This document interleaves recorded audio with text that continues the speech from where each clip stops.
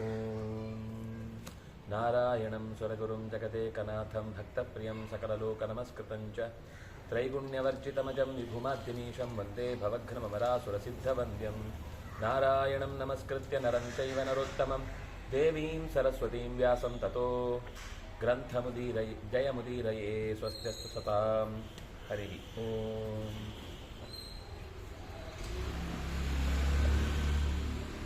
ಯುಧಿಷ್ಠಿರ ಲೋಕದಲ್ಲಿ ಈ ದಾಯಾದಿ ಕಲಹ ಅನ್ನೋದು ಎಲ್ಲ ಕಡೆ ಇದ್ದದ್ದೇ, ನಾಯಿಗಳಲ್ಲಿ ನೋಡ್ತೇವಲ್ವ ಹಾಗೆ ಅಂತ ಉದಾಹರಣೆ ಕೊಟ್ಟು ಅವರ ವಿರೋಧವನ್ನು ಲೆಕ್ಕಕ್ಕೆ ತೆಗೆದುಕೊಳ್ಳದೆ ನಾವು ತಣ್ಣಗೆ ಇದ್ದರೆ ದುರ್ಬಲ ಅಂತ ಭಾವಿಸಿ ಮತ್ತಷ್ಟು ನಮ್ಮ ಮೇಲೆ ಸವಾರಿ ಮಾಡುತ್ತಿರ್ತಾರೆ. ನಮ್ಮ ದೊಡ್ಡಪ್ಪನು ಕೂಡ ಮಕ್ಕಳ ಮಾತಿಗೆ ಬಲಿಯಾಗಿ ಆ ಮಕ್ಕಳು ಹೇಳಿದಂತೆ ಕೇಳಿಕೊಂಡು ಯುದ್ಧದ ಬಯಕೆಯನ್ನೇ ಹೊತ್ತು ನಿಂತಿದ್ದಾರೆ. ನೀನಾದರೂ ಕೂಡ ನಮ್ಮ ಬಗ್ಗೆಯೂ ತಿಳಿದಿದೆ, ಅವರ ಬಗ್ಗೆಯೂ ತಿಳಿದಿದೆ, ಹಿತವನ್ನು ಬಯಸುವನಾಗಿದ್ದಿ, ನಿಶ್ಚಯಜ್ಞನಾಗಿದ್ದಿ. ಅದರಾಗೆ ನಿನ್ನ ಹತ್ರನೇ ನಾನು ಕೇಳಿಕೊಳ್ತಾ ಇರುವುದು, ನಮಗೆ ಅನಿವಾರ್ಯವಾದ ಯುದ್ಧ ಬಂದರೆ ಮಾತ್ರ ಯುದ್ಧಕ್ಕೆ ಸಿದ್ಧ. ಆದರೆ ಮುಖ್ಯವಾಗಿ ನಮಗೆ ಅಪೇಕ್ಷೆ ಇರುವುದು ಸಾಂತ್ವವೇ, ಸಮಾಧಾನವೇ ಬಹಳ ಮುಖ್ಯವಾದ ಕಾರ್ಯ. ಆ ಸಮಾಧಾನ ಆಗದೇ ಇದ್ದರೆ ನಂತರ ಯುದ್ಧದ ಕಾರ್ಯಕ್ಕೆ ಸಿದ್ಧರಾಗಬೇಕಾಗತ್ತೆ ಅಂತ ಹೀಗೆ ಹೇಳಿದಾಗ ಭಗವಂತ, ನೀನು ಯಾಕೆ ಹಿಂದೇಟು ಹಾಕ್ತಾ ಇದ್ದಿ? ಯಾಕೆಂದರೆ ಅವರು ಅನೇಕ ಮಿತ್ರರನ್ನು ಈಗಾಗಲೇ ಸಂಗ್ರಹ ಮಾಡಿ ಇಟ್ಕೊಂಡಿದ್ದಾರೆ, ಬಲವನ್ನು ಸೈನ್ಯವನ್ನು ತುಂಬಿದ್ದಾರೆ. ಅಷ್ಟೇ ಅಲ್ಲ, ಇದಕ್ಕೆ ಬೇರೆ ಪರ್ಯಾಯ ವ್ಯವಸ್ಥೆ ಇಲ್ಲ. ಅವರು ಸಾಮ್ಯವನ್ನು ಸಮಾಧಾನವನ್ನು ಬಯಸೋದಿಲ್ಲ. ಯಾಕೆಂದರೆ ಅವರಿಗೆ ತಲೆಯಲ್ಲಿ ಏನಿದೆ ಅಂದರೆ, ಬಲವತ್ತಾಂ ಹಿ ಮನ್ಯಂತೆ ಭೀಷ್ಮ ದ್ರೋಣ ಕೃಪಾದಿಭಿ. ಭೀಷ್ಮ, ದ್ರೋಣ, ಕೃಪ, ಅಶ್ವತ್ಥಾಮ, ಕರ್ಣ ಮೊದಲಾದಂತಹ ಹಿರಿಯರನ್ನು ಇಟ್ಟುಕೊಂಡು ನಾವು ಬಲಿಷ್ಠರಿದ್ದೇವೆ, ಅದರಿಂದಾಗಿ ಏನೇ ಯುದ್ಧ ಮಾಡಿದರೂ ಕೂಡ ಪಾಂಡವರು ನಮ್ಮ ಮುಂದೆ ಸೋತು ಹೋಗ್ತಾರೆ ಅಂತಲೇ ಅವರಿಗೆ ತಲೆಯಲ್ಲಿ ಕೂತಿದೆ. ಯಾವಚ್ಚ ಮಾರ್ಧವೇನೈತತ್ ರಾಜನ್ ಉಪಚರಿಷ್ಯಸಿ ತಾವದೇತೆ ಹರಿಷ್ಯಂತಿ ತವ ರಾಜ್ಯಮರಿಂದಮ. ಮಾರ್ಧವೇನ, ನೀನು ಎಷ್ಟು ಮೃದುಭಾವದಿಂದ ಅವರನ್ನು ಉಪಚಾರ ಮಾಡ್ತೀಯೋ, ಬೇಡ ನಾವಾಗಿ ಯುದ್ಧಕ್ಕೆ ಕಾಲು ಕೆರ್ಕೊಂಡು ಹೋಗುದು ಬೇಡ ಅಂತ ನೀನು ಎಷ್ಟು ಬಗ್ಗುತ್ತೀಯೋ, ತಾವದೇತೆ ಹರಿಷ್ಯಂತೆ ತವ ರಾಜ್ಯಂ ಅರಿಂದಮ. ಅಲ್ಲಿ ತನಕನೂ ಅವರು ನಿನ್ನನ್ನು ಬಗ್ಗಿಸ್ತಾ ಇರ್ತಾರೆ, ನಿನ್ನ ಸಂಪತ್ತನ್ನು ಅಪಹರಿಸ್ತಾ ಇರ್ತಾರೆ, ನಿನಗೆ ಬೀದಿಯಲ್ಲೇ ಬಾಳುವಂತಹ ಜಾಗವನ್ನು ತೋರಿಸ್ತಾ ಇರ್ತಾರೆ. ಅಲಂ ಕರ್ತುಂ ಧರ್ತರಾಷ್ಟ್ರಾಹ ತವ ಕಾಮಮರಿಂದಮ ಏತದೇವ ನಿಮಿತ್ತಂತೆ ಧರ್ತರಾಷ್ಟ್ರೋ ಯಥಾ ತ್ವಯಿ. ತವ ಅಲಂ ಕರ್ತುಂ ಧಾರ್ತರಾಷ್ಟ್ರಾಹ ಅಲಂ ಕಾಮಂ, ನೀನು ಅವರನ್ನು ನಿರ್ನಾಮ ಮಾಡಲಿಕ್ಕೆ ಖಂಡಿತ ಸಮರ್ಥನಾಗಿದ್ದಿ. ಅದೇ ಯೋಚನೆಯನ್ನ ಏತದೇವ ನಿಮಿತ್ತಂತೆ ಧಾರ್ತರಾಷ್ಟ್ರೋ ಯಥಾ ತ್ವಯಿ, ಅವನು ನಿನ್ನ ಮೇಲೆ ಹೇಗೆ ನಾನು ಪಾಂಡವರನ್ನು ಗೆದ್ದು ಬಿಡ್ತೇನೆ ಅಂತ ಭಾವನೆಯಲ್ಲಿ ಇದ್ದಾನೋ, ನಿಜವಾದ ಅರ್ಥದಲ್ಲಿ ನಿನಗೂ ಕೂಡ ಅವರನ್ನು ಗೆಲ್ಲುವ ಸಾಮರ್ಥ್ಯ ಇದೆ. ನಾನ್ವತಪ್ಯತ ಕೋಪೇನ ತವ ಕೃತ್ವಾಪಿ ದುಷ್ಕರಂ. ಇದೇ ಅವ್ಯವಸ್ಥೆಯಿಂದ ನಾನು ಕ್ರೋಶಾತ್ ನ ಕಾರ್ಪಣ್ಯಾತ್ ನ ಧರ್ಮಾರ್ಥ ಕಾರಣಾತ್, ಅವನಿಗೆ ದಯೆಯಿಂದಾಗಲಿ ದೀನಭಾವದಿಂದಾಗಲಿ ಧರ್ಮಾರ್ಥಗಳ ಪರಿಣಾಮವನ್ನು ನೋಡಿಯಾಗಲಿ ಅವನು ನಿನ್ನ ಬಗ್ಗೆ ಅವರಿಗೆ ಹೀಗೆ ತೊಂದರೆ ಮಾಡಬಾರ್ದಿತ್ತು ಅಂತ ಯಾವತ್ತೂ ಅವನಿಗೆ ಅನ್ನಿಸ್ಲಿಲ್ಲ. ಮತ್ತೆ ನಿನಗೆ ಏನಾದರೂ ತೊಂದರೆ ಆದಮೇಲೆ ಪಶ್ಚಾತ್ತಾಪನೂ ಪಡಲಿಲ್ಲ, ಮಾಡಬಾರ್ದು ಅಂತ ಯೋಚಿಸಲಿಲ್ಲ, ಪಶ್ಚಾತ್ತಾಪನೂ ಪಡಲಿಲ್ಲ. ಆದ್ದರಿಂದಾಗಿ ನಿನಗೆ ಇಷ್ಟು ಅನ್ಯಾಯ ಮಾಡಿದ್ದಾನೆ. ಕೃತ್ವಾಪಿ ತವ ದುಷ್ಕರಂ, ನಿನಗೆ ಅತ್ಯಂತ ಹೀನವಾದ ಕಾಡಿನ ಅವಸ್ಥೆಯನ್ನು ಅನಿವಾರ್ಯವಾಗುವಂತೆ ಮಾಡಿದರೂ ಕೂಡ ಅವನಿಗೆ ಅದರ ಬಗ್ಗೆ ಪಶ್ಚಾತ್ತಾಪ ಇಲ್ಲ. ಪಿತಾಮಹಸ್ಯ ದ್ರೋಣಸ್ಯ ವಿದುರಸ್ಯ ಚ ಧೀಮತಃ ಬ್ರಾಹ್ಮಣಾನಾಂಚ ಸಾಧೂನಾಂ ರಾಜ್ಞಶ್ಚ ನಗರಸ್ಯ ಚ ಪಶ್ಯತಾಂ ಕುರು ಮುಖ್ಯಾನಾಂ ಸರ್ವೇಷಾಮೇವ ತತ್ವತಃ ದಾನಶೀಲಂ ಮೃದುಂ ದಾಂತಂ ಧರ್ಮಶೀಲಮನುವ್ರತಂ ಯತ್ವಾಮುಪಧಿನಾ ರಾಜನ್ ದ್ಯೂತೆ ವಂಚಿತವಾನ್ಸ್ತದಾ ನ ಚಾಪತ್ರಪತೆ ತೇನ ನೃಶಂಸಸ್ವೇನ ಕರ್ಮಣ. ಸಭೆಯಲ್ಲಿ ಜ್ಞಾನಿಗಳಿರುವಂತೆಯೇ ಭೀಷ್ಮ, ದ್ರೋಣ, ಕೃಪ ಮೊದಲಾದ ಹಿರಿಯರು ಆ ಸಭೆಯಲ್ಲಿ ರಾರಾಜಿಸುತ್ತಿರಬೇಕಾದ್ರೇನೆ ತನ್ನವರೆಲ್ಲ ನೋಡ್ತಾ ಇರಬೇಕಾದ್ರೆ ಪಶ್ಯತಾಂ ಕುರುಮುಖ್ಯಾನ ಹಿರಿಯರೆಲ್ಲ ಕಣ್ಣಾರೆ ಸಭೆಯ ಎಲ್ಲ ತತ್ವತಃ ನೇರ ಎಲ್ಲ ಕಣ್ಣಾರೆ ಕಾಣ್ತಾ ಇದ್ದಾರೆ. ಹಾಗಿದ್ರೂ ಕೂಡ ದಾನಶೀಲನಾದ, ಮೃದುಭಾವದವನಾದ, ಇಂದ್ರಿಯಗಳಲ್ಲಿ ಜಯ ಸಂಪಾದಿಸಿದ, ಧರ್ಮವನ್ನೇ ಯಾವತ್ತೂ ಕೂಡ ತನ್ನ ನಡೆ ಅಂತ ಬದುಕಿದ, ಎಲ್ಲ ಅನುಷ್ಠಾನಗಳನ್ನು ವ್ರತಗಳನ್ನು ಕಟ್ಟುನಿಟ್ಟಾಗಿ ಪಾಲಿಸುವ ನಿನ್ನನ್ನು ಅಕಾರಣವಾಗಿ ದ್ಯೂತದಲ್ಲಿ ವಂಚಿಸಿ ನಿನ್ನನ್ನು ಕಾಡು ಪಾಲಾಗುವಂತೆ ಮಾಡಿದ. ಆದರೆ ನಚಾಪತ್ರವತೆ, ಆದರೆ ಅವನಿಗೆ ಅದರ ಬಗ್ಗೆ ಚೂರೂ ನಾಚಿಕೆ ಇಲ್ಲ, ಚೂರು ಅವನಿಗೆ ಅಯ್ಯೋ ಎಂಥ ತಪ್ಪು ಮಾಡಿಬಿಟ್ಟು. ಕೆಲವೊಂದು ಸರ್ತಿ ಸಿಟ್ಟಲ್ಲಿ ಒಂದು ಘಟನೆ ಆಗಿಬಿಡುತ್ತೆ, ಆದರೆ ಆಮೇಲಾದರೂ ಅದರ ಬಗ್ಗೆ ಪಶ್ಚಾತ್ತಾಪ ಆದರೆ ಅದು ಕನಿಷ್ಠ ಪಕ್ಷ ಅವನಿಗೆ ಮುಂದಿನ ದಾರಿಗೆ ಹೋಗ್ಲಿಕ್ಕೆ ಬಾಗಿಲು ತೆರ್ಕೊಳ್ಳುತ್ತೆ. ಇವನು ಇಷ್ಟು ಮಾಡಿ 13 ವರ್ಷದಲ್ಲಿ ಅದನ್ನ ಹೆಗ್ಗಳಿಕೆ ಅಂತ ಹೇಳ್ಕೊಂಡು ತಿರುಗ್ತಾ ಇದ್ದಾನೆ. ಅಯ್ಯೋ ಪಾಂಡವರು ನಾನು ಎಷ್ಟು ಅನಾಯಾಸವಾಗಿ ಕಾಡಿಗೆ ಕಳುಹಿಸ್ಬಿಟ್ಟೆ ಅಂತ ನಾಚಿಕೆ ಇಲ್ಲದೆ ಸ್ವೇನ ಕರ್ಮಣ, ತನ್ನ ಕರ್ಮದ ಬಗ್ಗೆ ನೃಶಂಸಃ ಕ್ರೂರನಾಗಿದ್ರು ಕೂಡ ಅದನ್ನ ಹೆಮ್ಮೆಯಿಂದ ಹೆಗ್ಗಳಿಕೆಯಿಂದ ಎಲ್ಲ ಕಡೆ ಹೇಳ್ಕೊಂಡು ತಿರುಗ್ತಾ ಇದ್ದಾನೆ. ಇಂಥವನಿಗೆ ನೀನು ಏನು ಕರುಣೆ ತೋರಿಸುದು? ಇಂಥವನ ಹತ್ರ ನೀನು ಧರ್ಮದ ಬಗ್ಗೆ ಏನು ಮಾತಾಡುವುದು?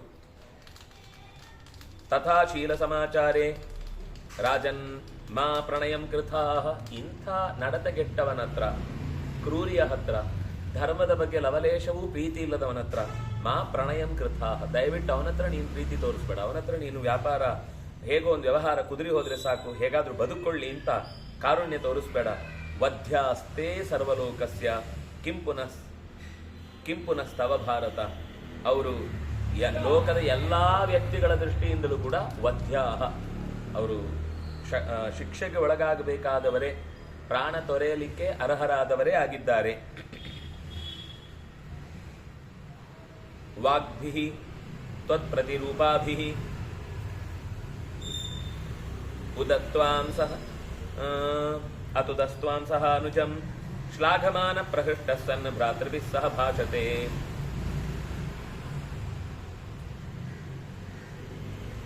ನಿಮ್ಮನ್ನ ಸಹಾನುಜಂ, ನೀವು ಅಣ್ಣ ತಮ್ಮಂದ್ರೆಲ್ಲ ಒಟ್ಟಿಗೆ ಹೋಗ್ತಾ ಇರಬೇಕಾದ್ರೆ ಅಪ್ರತಿರೂಪಾಭಿಹಿ ವಾಗ್ಭಿಹಿ, ನಿಮಗೆ ಹೊಂದಿಕೆಯಲ್ಲದ ಮಾತುಗಳಿಂದ ಅಣಗಿಸಿ ತಮ್ಮಂದರ ಜೊತೆಗೆ ಶ್ಲಾಘಮಾನ, ತಮ್ಮನ್ನು ತಾವು ಕೊಚ್ಚಿಕೊಳ್ತಾ ತಾವು ದೊಡ್ಡ ಸಾಹಸ ಮಾಡಿದ್ದೇವೆ ಅಂತ ಪ್ರಹೃಷ್ಟ ಹಾತು. ನೀವು ಕಾಡಿಗೆ ಹೋಗುವಾಗ ಆನಂದ ಪಟ್ಟದ್ದು ಎಲ್ಲರೂ, ಒಬ್ರಿಬ್ರಲ್ಲ, ಅಣ್ಣಂದ್ರೆಲ್ಲರೂ, ತಮ್ಮಂದ್ರೆಲ್ಲರೂ, ವಿಕರ್ಣನೂ ಸೇರಿ. ಮಧ್ಯದಲ್ಲೊಂದು ಸುಮ್ಮನೆ ನಾನೊಬ್ಬ ಸ್ಪೆಷಲ್ಲು, ಎಲ್ಲ ನನ್ನ ಕಡೆಗೆ ಒಂದು ದಿಕ್ಕು ಬರಲಿ ಅನ್ನೋದಕ್ಕೋಸ್ಕರ ಮಾತ್ರ ಇದು ತಪ್ಪು ಅಂತ ಬಾಯ್ ಮುಚ್ಕೊಂಡು ಕೊಡೋ, ನೀನೇನು ದೊಡ್ಡವನು, ಇಲ್ಲಿ ದೊಡ್ಡವ್ರು ಮಾತಾಡ್ತಿಲ್ವ ಅಂದ ಸುಮ್ಮನಾದ.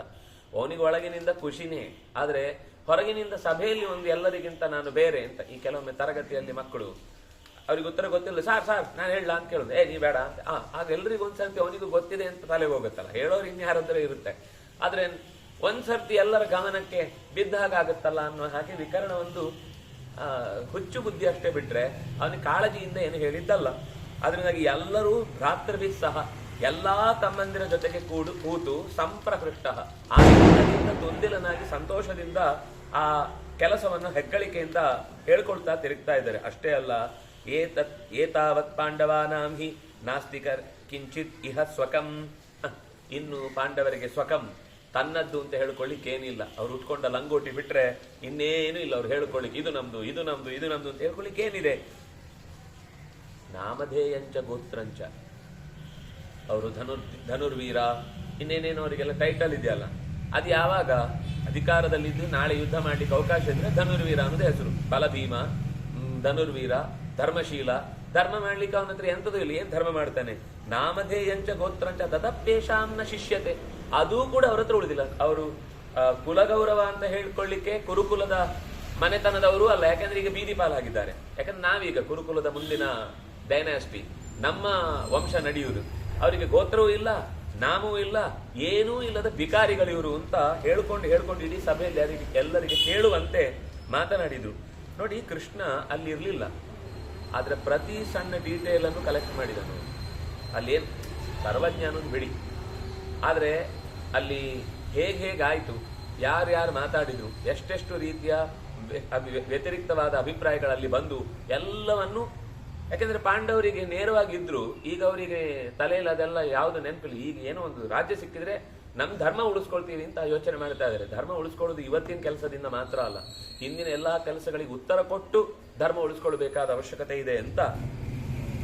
ಕಾಲೇನ ಮಹತಾಚೈಷಾಂ ಭವಿಷ್ಯತಿ ಪರಾಭವ ಪ್ರಕೃತಿಂ ತೇ ಭಜಿಷ್ಯಂತಿ ನಷ್ಟ ಪ್ರಕೃತಯೋ ಮಯಿ. ಕಾಲ ಹೋದ್ರೆ ಇನ್ನೋರಿಗೆ ನಿರಂತರ ಪರಾಭವವೇ ಗತಿ, ಸೋಲೇ ಗತಿ. ಇನ್ಯಾವತ್ತೂ ಅವ್ರು ಮತ್ತೆ ಮುಖ್ಯ ಸ್ಥಾನಕ್ಕೆ ಬರ್ಲಿಕ್ಕಾಗುದಿಲ್ಲ ಅಂತ ಅವರನ್ನ ತಮಾಷೆ ಮಾಡಿದ್ದಾಯ್ತು. ಪ್ರಕೃತಿಂತೇ ಭಜಿಷ್ಯಂತಿ, ಅವರ ಸ್ವಭಾವ, ಅವರ ಆ ಕಾಡಿನಲ್ಲಿ ಕಾಡು ಪ್ರಾಣಿಗಳ ಹಾಗೆ ವಾಸಿಸ್ಲಿಕ್ಕೆ ಯೋಗ್ಯವಾದ ಪ್ರಾಣಿಗಳು ಎಲ್ಲಿರ್ತವೆ? ಕಾಡುಗಳಲ್ಲಿ ಇರ್ತವೆ. ನೀವು ಕಾಡಲ್ಲಿ ಇರ್ಲಿಕ್ಕೆ ಯೋಗ್ಯರಾದ್ರಿಂದಾಗಿ ನೀವು ಅಲ್ಲೇ ಹೋಗಿ ಇರಬೇಕಾದದ್ದು. ನಿಮ್ಗೆ ಈ ರಾಜ್ಯಭಾರ, ಜನಗಳು, ಕೋಶ ಇದೆಲ್ಲ ಯಾವುದು ಹಿಡಿಯುವಂಥದ್ದಲ್ಲ, ಹೊರಟು ಹೋಗಿ ಅಂತ ತಮಾಷೆ ಮಾಡಿದ್ರು. ಅಷ್ಟಾಗಿದ್ರೆ ಸರಿ, ಮುಗಿದೋಗ್ತಿತ್ತು. ದುಶ್ಶಾಸನೇನ ಪಾಪೇನ ತದಾದ್ಯೂತೆ ಪ್ರವರ್ತಿತೆ ಅನಾಥವತ್ ತದಾ ದೇವಿ ದ್ರೌಪದಿ ಸುದುರಾತ್ಮನ ಆಕೃಷ್ಯ ಕೇಶೆ ರುದತಿ ಸಭಾಯಾಂ ರಾಜಸಂಸದಿ ಭೀಷ್ಮದ್ರೋಣ ಪ್ರಮುಖತಃ ಗೌರಿತಿ ವ್ಯಾಹೃತ ಮುಹುಹು.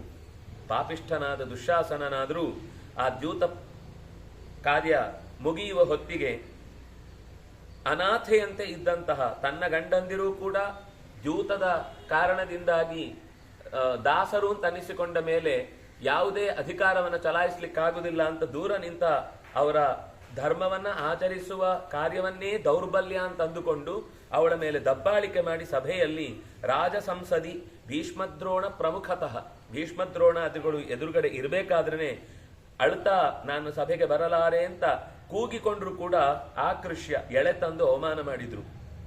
ಅಷ್ಟೇ ಅಲ್ಲ, ಕೊನೆಗೆ ಗೌಹು ಗೌಹು ಗೌಹು ಇತಿ ವ್ಯಾಹೃತ ಮುಹುಹು. ಮತ್ತೆ ಮತ್ತೆ ಅವನು ಭೀಮಸೇನ ನಡೆಯುವುದು ಸ್ವಲ್ಪ ಎತ್ತರದ ಶರೀರ, ಧಡ ಧಡ ಧಡ ಅಂತ ಒಂದು ಗೂಳಿ ನಡೆದಾನೆ. ಇವರು ಅದನ್ನು ಅನುಕರಣೆ ಮಾಡುದು, ಅವ್ನು ನಡೆಯುವ ಸ್ಟೈಲನ್ನು ಅನುಕರಣೆ ಮಾಡ್ಕೊಂಡು ನೋಡಿ ನೋಡಿ ಹೋಗ್ತಿದ್ದಾನೆ. ಹೇಗೆ ಈಗಲ್ವ ಭೀಮಸೇನ ಹೋಗುದು ಅಂತ ಹೀಗೆ ನಡೆಯುವುದು. ಅವಳು ಹೋಗುವ ಸ್ಟೈಲನ್ನು ನೋಡ್ಕೊಂಡು ಅವಳನ್ನು ತೋರಿಸುದು. ಧರ್ಮರಾಜ ನಡೆಯುವ ಸ್ಟೈಲನ್ನು ತೋರಿಸಿ, ಧರ್ಮರಾಜ ನಡೆದ ಹಾಗೆ ನಡೆದು ತೋರಿಸಿ, ಹೋಗಿ ಹೋಗಿ ಹೋಗಿ ನಿಮಗಾಗಬೇಕಾದ ಅವಮಾನಕ್ಕೆ ಇದಕ್ಕಿಂತ ಚಂದದ್ದು ಯಾವುದೂ ಇಲ್ಲ ಅಂತ ಹೇಳಿ ನಿಮ್ಮನ್ನ ಸಭೆಯಲ್ಲಿ ಕೃಷ್ಣ ಇಷ್ಟು ಬಿಡಿಸಿ ಹೇಳ್ತಾನೆ ಅಂದ್ರೆ ಸ್ವಲ್ಪ ಯೋಚನೆ ಮಾಡಿ ಏನಾಗಿದೆ ಅವತ್ತಿನ ಸಭೆಯಲ್ಲಿ. ನೀವು ಹಿಂತಿರುಗಿ ನೋಡದೇ ಇರ್ಬೋದು, ನಮ್ಗೇನಪ್ಪ ಅವರಿಂದ ನಮ್ಗೇನಾಗ್ಬೇಕಾದಿಲ್ಲ, ನಾವೀಗ ಕರ್ತವ್ಯ ನಿರ್ವಹಣೆ ಮಾಡಿದ್ರೆ ಆಯ್ತು ಅಂತ. ಆದ್ರೆ ಸಭೆಯಲ್ಲಿ ಅವರು ತೋರಿಸಿದ ರೀತಿಯನ್ನ ನೆನಪಿಸ್ಕೊಳ್ಬೇಕು ನೀವು. ನೀನು ಕೈ ತೋರಿಸಿದ್ರಿಂದಾಗಿ ಭೀಮಸೇನ ಸುಮ್ಮನಿದ್ದ. ಭವತಾ ವಾರಿತಾ ಸರ್ವೇ ಭ್ರಾತರೋ ಭೀಮ ವಿಕ್ರಮಾಹ ಧರ್ಮ ಪಾಶ ನಿಬದ್ಧಾಶ್ಚ ನಕಿಂಚಿತ್ ಪ್ರತಿಪೇದಿರೆ. ನೀನು ದೊಡ್ಡವನಾಗಿ ಬೇಡ, ನಾವಾಗಿ ಜಗಳ ಕಾಯುವುದು ಬೇಡ ಅಂತ ದಾಸರು ಯಾಕೆಂದ್ರೆ ಮೊದಲೇ ಷರತ್ತು ನಿಬಂಧನೆ ಅಂತ ಅನ್ನೋದು ಹೇಳಿಬಿಟ್ಟಿದ್ರಿಂದ ನೀನು ಉತ್ತರ ಕೊಡಬಾರದು ಅಂತ ನೀನು ತಡೆದು ನಿಲ್ಲಿಸಿದ್ರಿಂದ ಅವತ್ತು ಕೌರವರು ಉಳ್ಕೊಂಡ್ರು. ಭೀಮ ವಿಕ್ರಮ, ಎಲ್ಲರೂ ಅರ್ಜುನನು ನಕುಲನು ಸಹದೇನು ಎಲ್ಲರಿಗೂ ಸಿಟ್ಟು ಬಂದಿತ್ತು. ನಿನ್ನ ಕೈ ಅಡ್ಡದ ಒಂದು ಗೋಡೆಯನ್ನ ಮನಸ್ಸಿನಲ್ಲಿ ಇಟ್ಟುಕೊಂಡು ವಾರಿತಾಹ ಸರ್ವೇ, ಎಲ್ಲರೂ ಕೂಡ ನೀನು ಬೇಡ ಅಂತ ಹೇಳಿದ್ದಕ್ಕೋಸ್ಕರ ಧರ್ಮಪಾಶದಿಂದ ನಿಬದ್ಧರಾಗಿ ಅಣ್ಣನ ಮಾತಿಗೆ ಎದುರಾಡಕೂಡದು, ನಮ್ಮ ನಡುವೆ ಎಂದೂ ಕೂಡ ಭಿನ್ನಾಭಿಪ್ರಾಯ ಬರಬಾರದು. ನಮ್ಮಲ್ಲಿ ಸಣ್ಣ ಪುಟ್ಟ ವ್ಯತ್ಯಾಸ ಇದ್ರೂ ಕೂಡ ನಮ್ಮಲ್ಲಿರುವ ಭಿನ್ನಾಭಿಪ್ರಾಯ ಎಲ್ಲರನ್ನೂ ನಾಶ ಮಾಡುತ್ತೆ. ಈಗ ಒಂದು ಕ್ಷಣದಲ್ಲಿ ಅವರನ್ನು ನಾಶ ಮಾಡ್ಲಿಕ್ಕೆ ಹೋಗುತ್ತೆ, ಆದ್ರೆ ನಮ್ಮಲ್ಲಿರುವ ಭಿನ್ನಾಭಿಪ್ರಾಯ ಮುಂದೆ ಇಡೀ ವಂಶವೇ ನಾಶ ಆಗುವುದಕ್ಕೆ ಕಾರಣ. ಯಾಕಂದ್ರೆ ಅಲ್ಲಿ ಅಷ್ಟಕ್ಕೆ ನಿಲ್ಲುವುದಿಲ್ಲ ಅದು. ಆಮೇಲೆ ದೊಡ್ಡವರು ಇವರು ಎಲ್ಲ ಸೇರಿ ಒಂಥರ ರಣರಂಗವಾಗಿ ಸ್ವತಃ ಕಣ್ಣಿಲ್ಲದವರ ಮುಂದೆ ಆಗುವ ದೊಡ್ಡ ಅನರ್ಥಕ್ಕೆ ನಾವು ಹೇತು ಅಂತಾಗುತ್ತೆ. ಆಮೇಲೆ ಒಳ್ಳೇದಾಯ್ತೋ ಕೆಡದಾಯ್ತೋ ಬೇರೆ ಪ್ರಶ್ನೆ, ಆದ್ರೆ ಜನರ ಕಣ್ಣಿಗೆ ಕಾಣುವುದು ಅವರ ದುಡುಕಿನಿಂದ ಆದ ಅವ್ಯವಸ್ಥೆಯಿಂದಾಗಿ ಇಡೀ ಕುರುಕುಲವೇ ನಾಶವಾಯಿತು ಅಂತ ಮುಂದೆ ಭೀಮಸೇನ ಅದರ ಬಗ್ಗೆ ಮಾತಾಡ್ತಾನೆ. ಹೀಗೆ ಅವರು ನೀವು ಧರ್ಮಪಾಶದಿಂದ ಇದ್ದದ್ದನ್ನೇ ನಿಮ್ಮ ದೌರ್ಬಲ್ಯ ಅಂತ ಅಂದ್ಕೊಂಡು ತಮಾಷೆ ಮಾಡ್ತಾ ಇದ್ರು. ಏತಾಶ್ಚ ಅನ್ಯಾಶ್ಚ ಪರುಷಾಹ ವಾಚಃ, ಇದಕ್ಕಿಂತ ಹೀನವಾಗಿ, ಪರುಷ ಅಂದ್ರೆ ಕಠಿಣ, ತುಂಬಾ ಮನಸ್ಸಿಗೆ ಎದೆಗೆ ಚೂರಿ ಹಾಕುವ ರೀತಿಯ ಮಾತುಗಳನ್ನ ಸಮುದೀರಯನ್ ಎಲ್ಲರೂ ಸೇರಿ ಮತ್ತೆ ಮತ್ತೆ ನಿಮ್ಮನ್ನ ತಮಾಷೆ ಮಾಡಿದ್ರು. ಶ್ಲಾಘತೆ ಜ್ಞಾತಿ ಮಧ್ಯೆ ಸ್ಮ ತ್ವಯಿ ಪ್ರವ್ರಜಿತೆ ವನಂ, ನೀನು ಕಾಡುಪಾಲಾದ ಮೇಲೆ ಜ್ಞಾತಿ ಮಧ್ಯೆ ಶ್ಲಾಘತೆ, ತನ್ನವರ ನಡುವೆ ತನ್ನನ್ನ ಹೆಗ್ಗಳಿಕೆಯಿಂದ ನೋಡಿ ಹೇಗೆ ಎಷ್ಟು ದೊಡ್ಡ ಸಂಸತ್ತು, ಎಷ್ಟು ದೊಡ್ಡ ಸಂಪತ್ತು, ಅನಾಯಾಸವಾಗಿ ಇಂದ್ರಪ್ರಸ್ಥ ನಮ್ಮ ಕೈಯಲ್ಲಿದೆಯಾ? ಯುದ್ಧ ಅಂತೆ, ಅವರಂತೆ ಇವರಂತೆ ದೊಡ್ಡವರಂತೆ. ಏನು ಯುದ್ಧ? ನಮ್ಮ ವಶಕ್ಕೆ ಸಂಪತ್ತು ಹೇಗೆ ಬಂತು ಅನ್ನೋದು ಮುಖ್ಯ, ಬಂತೋ ಇಲ್ಲೋ ಅನ್ನೋದು ಮುಖ್ಯ, ಹೇಗೆ ಬಂತು ಅನ್ನೋದು ಮುಖ್ಯ ಅಲ್ಲ. ಒಟ್ಟು ಈಗ ದಾಳವೇ ನನ್ನ ಬಾಣ, ಅದರಿಂದ ಪಾಂಡವರು ಸೋತಿದ್ದಾರೆ, ಈ ಯುದ್ಧದಲ್ಲಿ ನಾನು ಗೆದ್ದಿದ್ದೇನೆ ಅಂತ ಹೇಳಿಕೊಂಡು ಶ್ಲಾಘತೆ.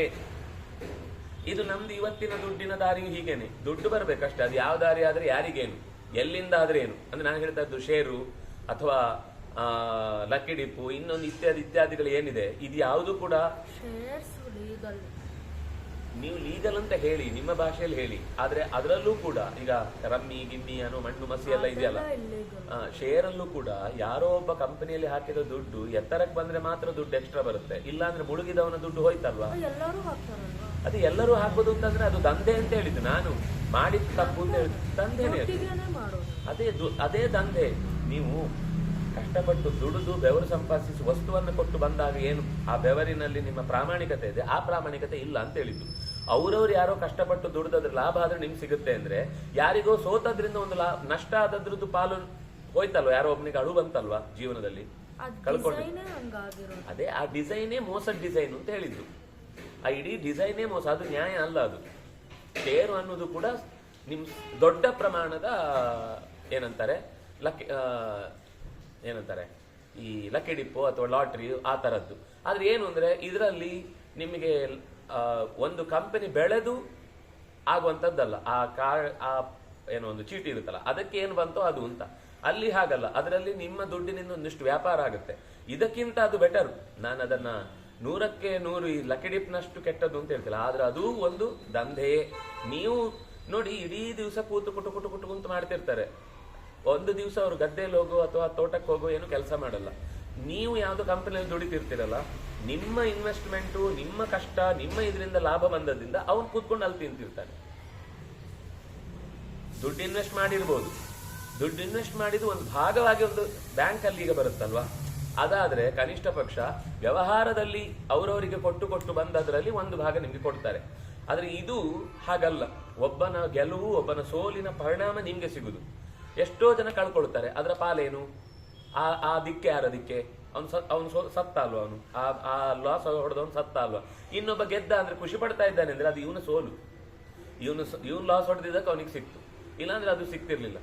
ಏನೇ ಡಿಸೈನ್ ಇರ್ಲಿ, ನ್ಯಾಯ ಅಂದ್ರೆ ಏನು ಅಂದ್ರೆ ಕಣ್ಣಿಗೆ ಕಾಣುವ ಹಾಗೆ ಮಾಡುವ ಇದು ದ್ಯೂತಾಡುವುದು, ಎಲ್ಲರ ಕಣ್ಣ ಮುಂದೆನೆ ಆಡಿದ್ದು. ಇದು ಅದೇ ತರ. ಅಲ್ಲಿ ಲಕ್ಕಿ ಡಿಪ್ಪಲ್ಲಿ ಗೊತ್ತಾಗುದಿಲ್ಲ, ಯಾರಿಗೋ ಬರ್ಬೋದು, ಹೇಗೋ ಬರ್ಬೋದು, ಒಂದು ಆಯ್ಕೆ ಅಂತ ಹೇಳಿ ಕೊನೆಗೆ ಅದು ಕೂಡ ನ್ಯಾಯ ಅಂತ ತೋರಿಸುವ ಪ್ರಯತ್ನ ನಡೆಯುತ್ತೆ. ಆದ್ರೆ ಅದು ಕಷ್ಟಪಟ್ಟು ದುಡಿದ ಸಂಪತ್ತಲ್ಲ ಅಷ್ಟೇ ಅರ್ಥ. ನಾನು ಬೇರೆ ಹೇಳ್ತಿಲ್ಲ, ನಾವು ಕಷ್ಟಪಟ್ಟು ದುಡಿದದ್ದಲ್ಲ, ನಮ್ಮ ಬೆವರಿನ ಹನಿ, ನಮ್ಮ ಪ್ರಾಮಾಣಿಕತೆಯ ಫಲ ಅಲ್ಲ ಅದು. ಹಾಗೆ ಸುಲಭದಲ್ಲಿ ಬಂದ್ರೂ ಕೂಡ ಅದು ಬಂದ ದಾರಿ ಮುಖ್ಯ, ಬಂದ ವಸ್ತು ಮುಖ್ಯ ಹೊರತು ದಾರಿ ಮುಖ್ಯ ಅಲ್ಲ ಅಂತ ಧೃತರಾಷ್ಟ್ರನ ಮಗ ದುರ್ಯೋಧನ ಅದನ್ನು ಸಮರ್ಥಿಸಿಕೊಳ್ತಾ ಇದ್ದೆ ಎಲ್ಲರ ಜೊತೆಗೆ. ಕೆಲವರಿಗೆ ಗಂಟಲೆಲ್ಲ ಕುಗ್ಗಿ ಹೋಗ್ಬಿಟ್ಟಿದೆ. ಯೇ ತತ್ರ ಸನ್ ಸಮಾಸೀನಾಹ ತತ್ರ ದೃಷ್ಟ್ವಾ ತ್ವಾಂ ಅನಾಗಸಂ ಅಶ್ರುಕಂಠಾರುದಂತಷ್ಟ ಸಭಾಯಾಮಾಸತೆ ತದಾ. ಅದೇ ಹೊತ್ತಿಗೆ ಇನ್ನು ಕೆಲವರಿದ್ರು ಅಲ್ಲಿ. ತ್ವಾಂ ಅನಾಗಸಂ, ತಪ್ಪೇ ಮಾಡದ ನಿನ್ನನ್ನ ಹೀಗೆ ನಿಷ್ಕರುಣವಾಗಿ ಕಾಡಿಗೆ ಅಟ್ಟಿದ್ದನ್ನು ನೋಡಿ ಬಹಳ ಜನಕ್ಕೆ ಕಂಠ ಬಿಗಿ ಹಿಡಿದಿತ್ತು, ಅವರಿಗೆ ಅಳ್ಳಿಕ್ಕೂ ಕಷ್ಟ ಆಯಿತು. ರುದಂತ್ಯ, ಕೆಲವರು ಅತ್ತು ಬಿಟ್ರು. ಪಾಂಡವರಿಗೆ ಹೀಗಾಗಿ ಹೋಯ್ತಲ್ವಾ, ನಾವು ಹಾಗೆ ಅತ್ತವರಿಗೆ ಕೂಡಲೇ ಫಲ ಸಿಗುದಿಲ್ಲ ಅಂದ್ರೆ ಅದು ಅಸಹಾಯಕತೆ. ಈಗ ನಾವು ಬಾಂಗ್ಲಾದಲ್ಲಿರುವ ಇಸ್ಕಾನ್ ಮಹನೀಯರನ್ನೆಲ್ಲ ಅಪಹಾರ ಮಾಡಿ ಒಂದು ಬಂಧನ ಮಾಡಿ ಇಟ್ಟುಬಿಟ್ಟಿದ್ದಾರೆ. ಅವರಿಗೆ ಬೇಲಿಲ್ಲ, ಮಾತಾಡ್ಲಿಕ್ಕಿಲ್ಲ. ಯಾರಾದ್ರೂ ಹೋಗಿ ಅವ್ರ ಪರವಾಗಿ ಮಾತಾಡಿಸ್ಲಿಕ್ಕೆ ಹೋದ್ರೆ ಅವರ ವರ್ಗದ ವಕೀಲರನ್ನೇ ನಾಶ ಮಾಡುವ ಹಾಗೆ ಆಗೋಗಿದೆ.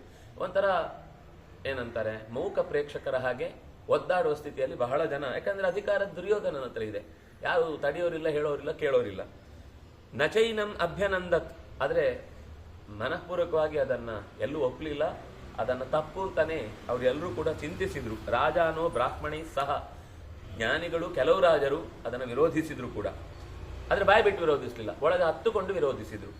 ಸರ್ವೇ ದುರ್ಯೋಧನಂ ತತ್ರ, ಒಳಗೊಳಗೆ ನಿಂದಿಸಿದ್ರು. ಸರ್ವೇ ದುರ್ಯೋಧನಂ ತತ್ರ ನಿಂದಂತಿ ಸ್ಮ ಸಭಾಸದಃ, ಸಭೆಯಲ್ಲಿದ್ದ ಅನೇಕ ಜನ ಇದು ಸರಿಯಲ್ಲ, ಪಾಂಡವರಿಗೆ ಹೀಗಾಗಿದ್ದು ಉಪಯೋಗಕ್ಕಾಗಲ್ಲ. ಆದ್ರೆ ಅವ್ರದ್ದು ಅದು ಓಟ್ ಅಲ್ಲ.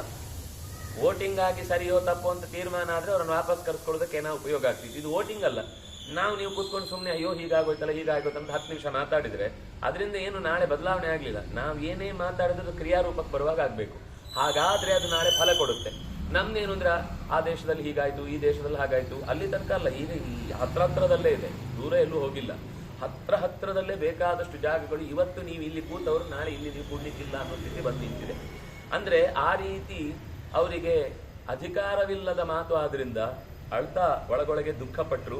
ಕುಲೀನ ಸೆಚಯಾನಿಂದ ವಧೋವ ಅಮಿತ್ರ ಕರ್ಷಣ ಮಹಾಗುಣೋ ವಧೋ ರಾಜನ್ ನತುನಿಂದ ಕುಜೀವಿಕಾ. ಒಬ್ಬ ಒಳ್ಳೆಯ ಮನೆತನದ ವ್ಯಕ್ತಿಗೆ ನಿಂದೆ ಎನ್ನುವುದೇ ಸಾವು ಇದ್ದ ಹಾಗೆ. ಒಂದು ವೇಳೆ ಸಾವೇ ಬೆಟರು, ನಿಂದೆ ಅಲ್ಲ. ಹಾಗಾಗಿ ನತುನಿಂದ ಕುಜೀವಿಕ, ಒಂದು ಕೆಟ್ಟ ಬದುಕಿನ ನಿಂದೆಯ ಅಪವಾದದ ಮಾತುಗಳನ್ನು ಕೇಳಿಸಿಕೊಳ್ಳುವುದಕ್ಕಿಂತ ಮಹಾಗುಣೋ ವಧಃ, ಸಾವು ಅನ್ನೋದೇ ದೊಡ್ಡ ವರ ಆ ವಿಷಯದಲ್ಲಿ. ಅಂದ್ರೆ ಕ್ಷತ್ರಿಯರಿಗೆ ಹೇಳ್ತಾ ಇರೋದು ಇದು. ತದೈವ ನಿಹತೋ ರಾಜನ್ ಯದೈವ ನಿರಪತ್ರಪಃ ನಿಂದಿತಶ್ಚ ಮಹಾರಾಜ ಪೃಥಿವ್ಯಾಂ ಸರ್ವರಾಜಭಿಃ. ಒಂದು ಹಂತದಲ್ಲಿ ದುರ್ಯೋಧನ ಅವತ್ತೇ ಸತ್ತಿದ್ದಾನೆ. ಎಲ್ಲರೂ ಅವನನ್ನು ನಿಂದಿಸಿದ್ದಾನೆ. ನಿಂದೆ ಎನ್ನುವುದೇ ಅವನನ್ನು ಕೊಂದ ಹಾಗೆ ಒಂದು ಅರ್ಥದಲ್ಲಿ. ಆಗ ಯಾಕಂದ್ರೆ ಅವನು ಅಷ್ಟು ನಿಂದೆ ಮಾಡಿದಾಗ್ಲೂ ನಿರಪತ್ರಪಃ, ಸ್ವಲ್ಪವೂ ನಾಚಿಕೆ ಇರಲಿಲ್ಲ. ಅವರೆಲ್ಲ ಅಳ್ತಾ ಕಣ್ಣೀರು ಹಾಕ್ತಾ ಇದ್ರೆ ಅವನು ಖುಷಿ ಪಡ್ತಿದ್ದ. ಅಂತೂ ಪಾಂಡವರ ಪರವಾಗಿ ನಿಲ್ಲೋರು ಯಾರು ಅಂತೆಲ್ಲ ಗೊತ್ತಾಯ್ತು. ಆಮೇಲೆ ಅವ್ರು ಅಳ್ತಾ ಇದ್ರೆ ಅವರಿಗಾದ ಕಷ್ಟಕ್ಕೆ ಇವ್ರು ಕಷ್ಟಪಡ್ತಾ ಇದ್ದಾರೆ ಅಂದ್ರೆ ನಿಜವಾಗಿ ಅವ್ರಿಗೆ ಆಗ್ಬೇಕಾದದ್ದನ್ನೇ ನಾನು ಮಾಡಿದ ಹಾಗಾಯ್ತು ಅಂತ ಅವನು ಇನ್ನೂ ಆನಂದ ಪಡ್ತಾ ಇದ್ದ. ಈಷತ್ಕರೋ ವಧಸ್ತಸ್ಯ ಯಸ್ಯ ಚಾರಿತ್ರಮೀದೃಶಂ ಪ್ರಸ್ಕುಂದೇನ ಪ್ರತಿದ್ಬದ್ಧಃ ಛಿನ್ನಮೂಲ ಇವ ದ್ರುಮಃ.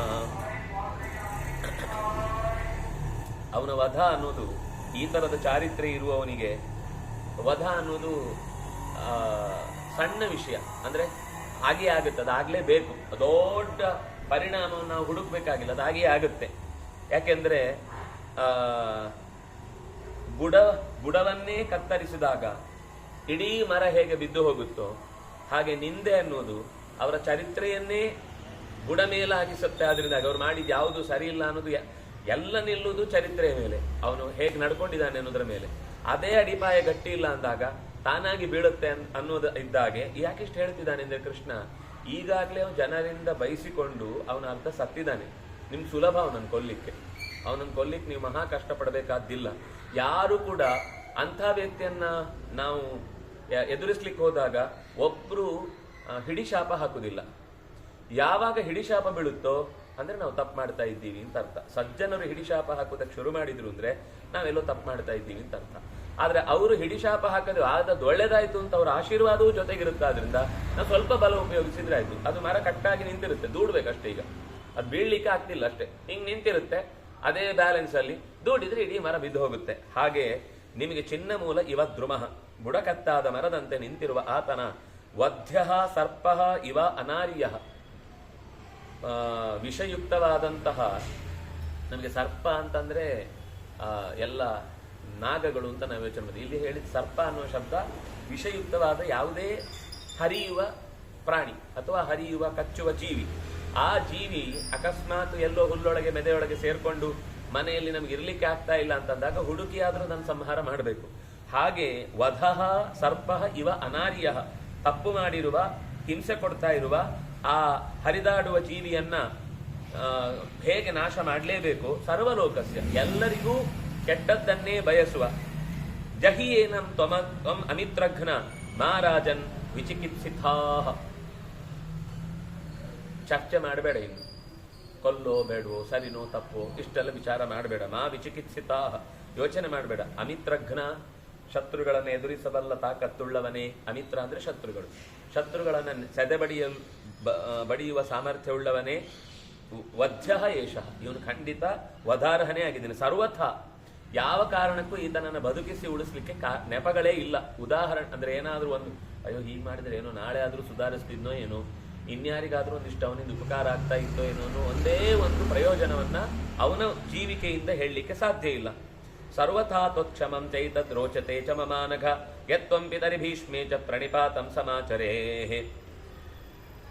ನಿನಗೆ ಸಾಮರ್ಥ್ಯ ಇದೆ, ಗೆಲ್ಲುವ ಸಾಮರ್ಥ್ಯ ಇದೆ, ಆಮೇಲೆ ನಿನ್ನ ಇಷ್ಟ, ನಾನು ಎಲ್ಲವನ್ನು ಹೀಗೆ ಮಾಡು ಅಂತ ಹೇಳಲಿಕ್ಕಿಲ್ಲ. ಯಾಕಂದ್ರೆ ನೀವು ಒಂದು ಸ್ಥಾನದಲ್ಲಿ ನಿಂತೇ ಈ ಯೋಚನೆಗಳನ್ನು ಮಾಡಬೇಕಾದವರು.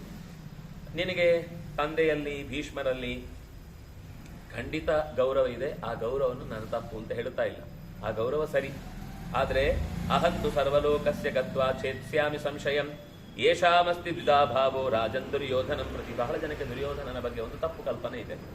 ಅವನು ಯಾಗ ಮಾಡ್ತಾನೆ, ಪಾಂಡವರು ಯಾಗ ಮಾಡ್ತಾರೆ, ಅವನು ನಮಗೆಲ್ಲ ಭಕ್ಷಿಸಿಕೊಟ್ಟಿದ್ದಾನೆ, ಪಾಂಡವರು ಭಕ್ಷಿಸಿಕೊಡ್ತಿದ್ರು. ಅಂದ್ರೆ ಕೆಲವರಿಗೆ ಮಿಡ್ಲ್ ಮ್ಯಾನ್, ಅವರಿಗೆ ಎಲ್ಲಿ ಲಾಭ ಸಿಗುತ್ತೋ ಅಲ್ಲಿ ಇರ್ತಾರಷ್ಟೇ. ಅವರಿಗೆ ಇವ್ರು ಬೇಕು ಅವ್ರು ಬೇಕು ಅಂದ್ರೆ ನಮ್ಗೆ ತೊಟ್ಟೆ ತುಂಬತ್ತಾ, ನಮ್ ಜೇಬ್ ತುಂಬತ್ತಾ, ನಮ್ ಪಾತ್ರೆ ತುಂಬತ್ತಾ, ಅಷ್ಟು ಕೊಟ್ರೆ ಸಾಕು, ಯಾರಾದ್ರೂ ಸರಿ.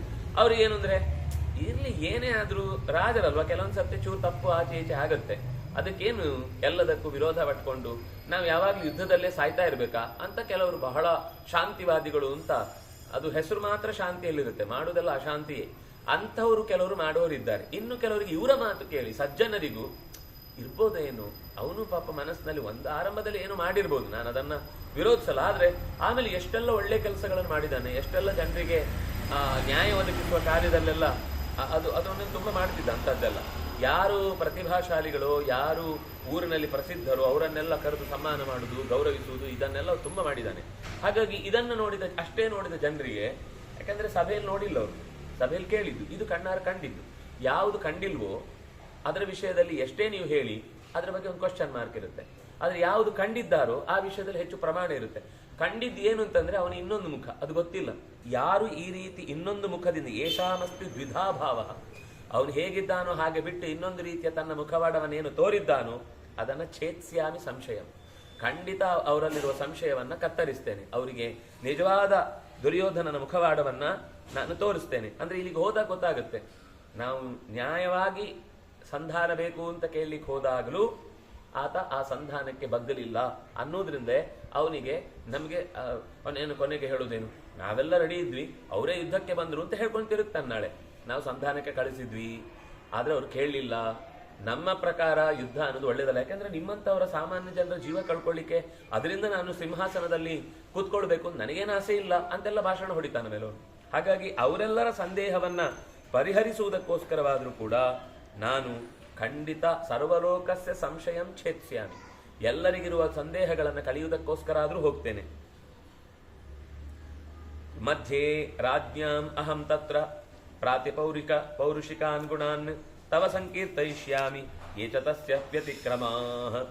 ರಾಜರ ಮಧ್ಯದಲ್ಲಿ ದೂತನಾಗಿ ಮಾಡಬೇಕಾದ ಕಾರ್ಯಗಳನ್ನ ನನ್ನ ವ್ಯಾಪ್ತಿಯ ಒಳಗೆ ಚೆನ್ನಾಗಿ ನಡೆಸ್ತೇನೆ, ನಿನಗೆ ಅದನ್ನ ಆಮೇಲೆ ಏನಾಯ್ತು ಅನ್ನೋದನ್ನು ಹೇಳ್ತೇನೆ, ಅಲ್ಲಿ ಏನು ತೊಂದರೆ ಆಯಿತು, ವ್ಯತಿಕ್ರಮಾಹ ನಿನ್ಗೆ ವಿರುದ್ಧವಾದ ಯೋಚನೆಗಳಲ್ಲಿ ಏನು ನಡೀತಾ ಇದೆ ಮತ್ತು ಆ ಪ್ರಕರಣದಲ್ಲಿ ಏನು ಲಾಭ ಆಯಿತು, ಇದೆಲ್ಲವನ್ನು ಕೂಡ ನಾನು ನಿನಗೆ ಸಂಕೀರ್ತಯಿಷ್ಯಾಮಿ ಮುಂದೆ ಹೇಳ್ತೇನೆ.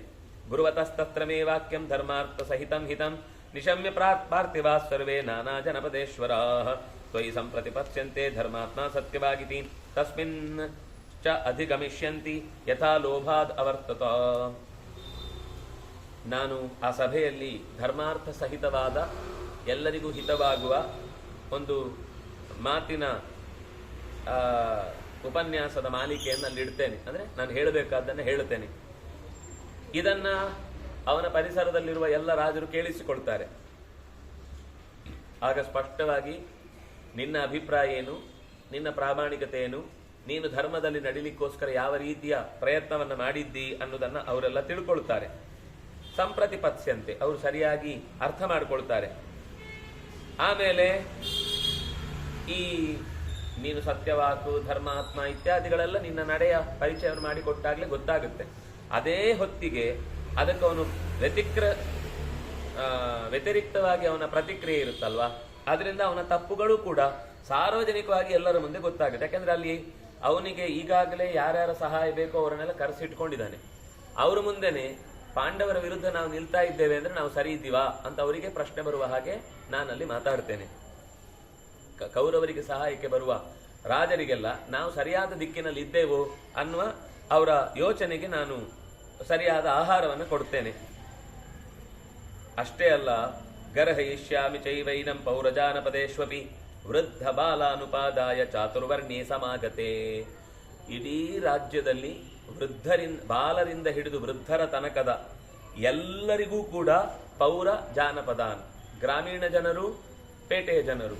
ಎಲ್ಲರಿಗೂ ಅವನ ಬಗ್ಗೆ ಏನು ತಪ್ಪು ಕಲ್ಪನೆ ಇದೆ, ಅದನ್ನು ನಾನು ಸರಿಯಾದ ರೀತಿಯಲ್ಲಿ ಒಂದು ರಾಜಕಾರಣ ಮಾಡುವಾಗ ನಾನು ಪ್ರಾಮಾಣಿಕವಾಗಿದ್ದೇನೆ ಅಂತ ಹೇಳಿದ್ರೆ ಸಾಕಾಗುವುದಿಲ್ಲ.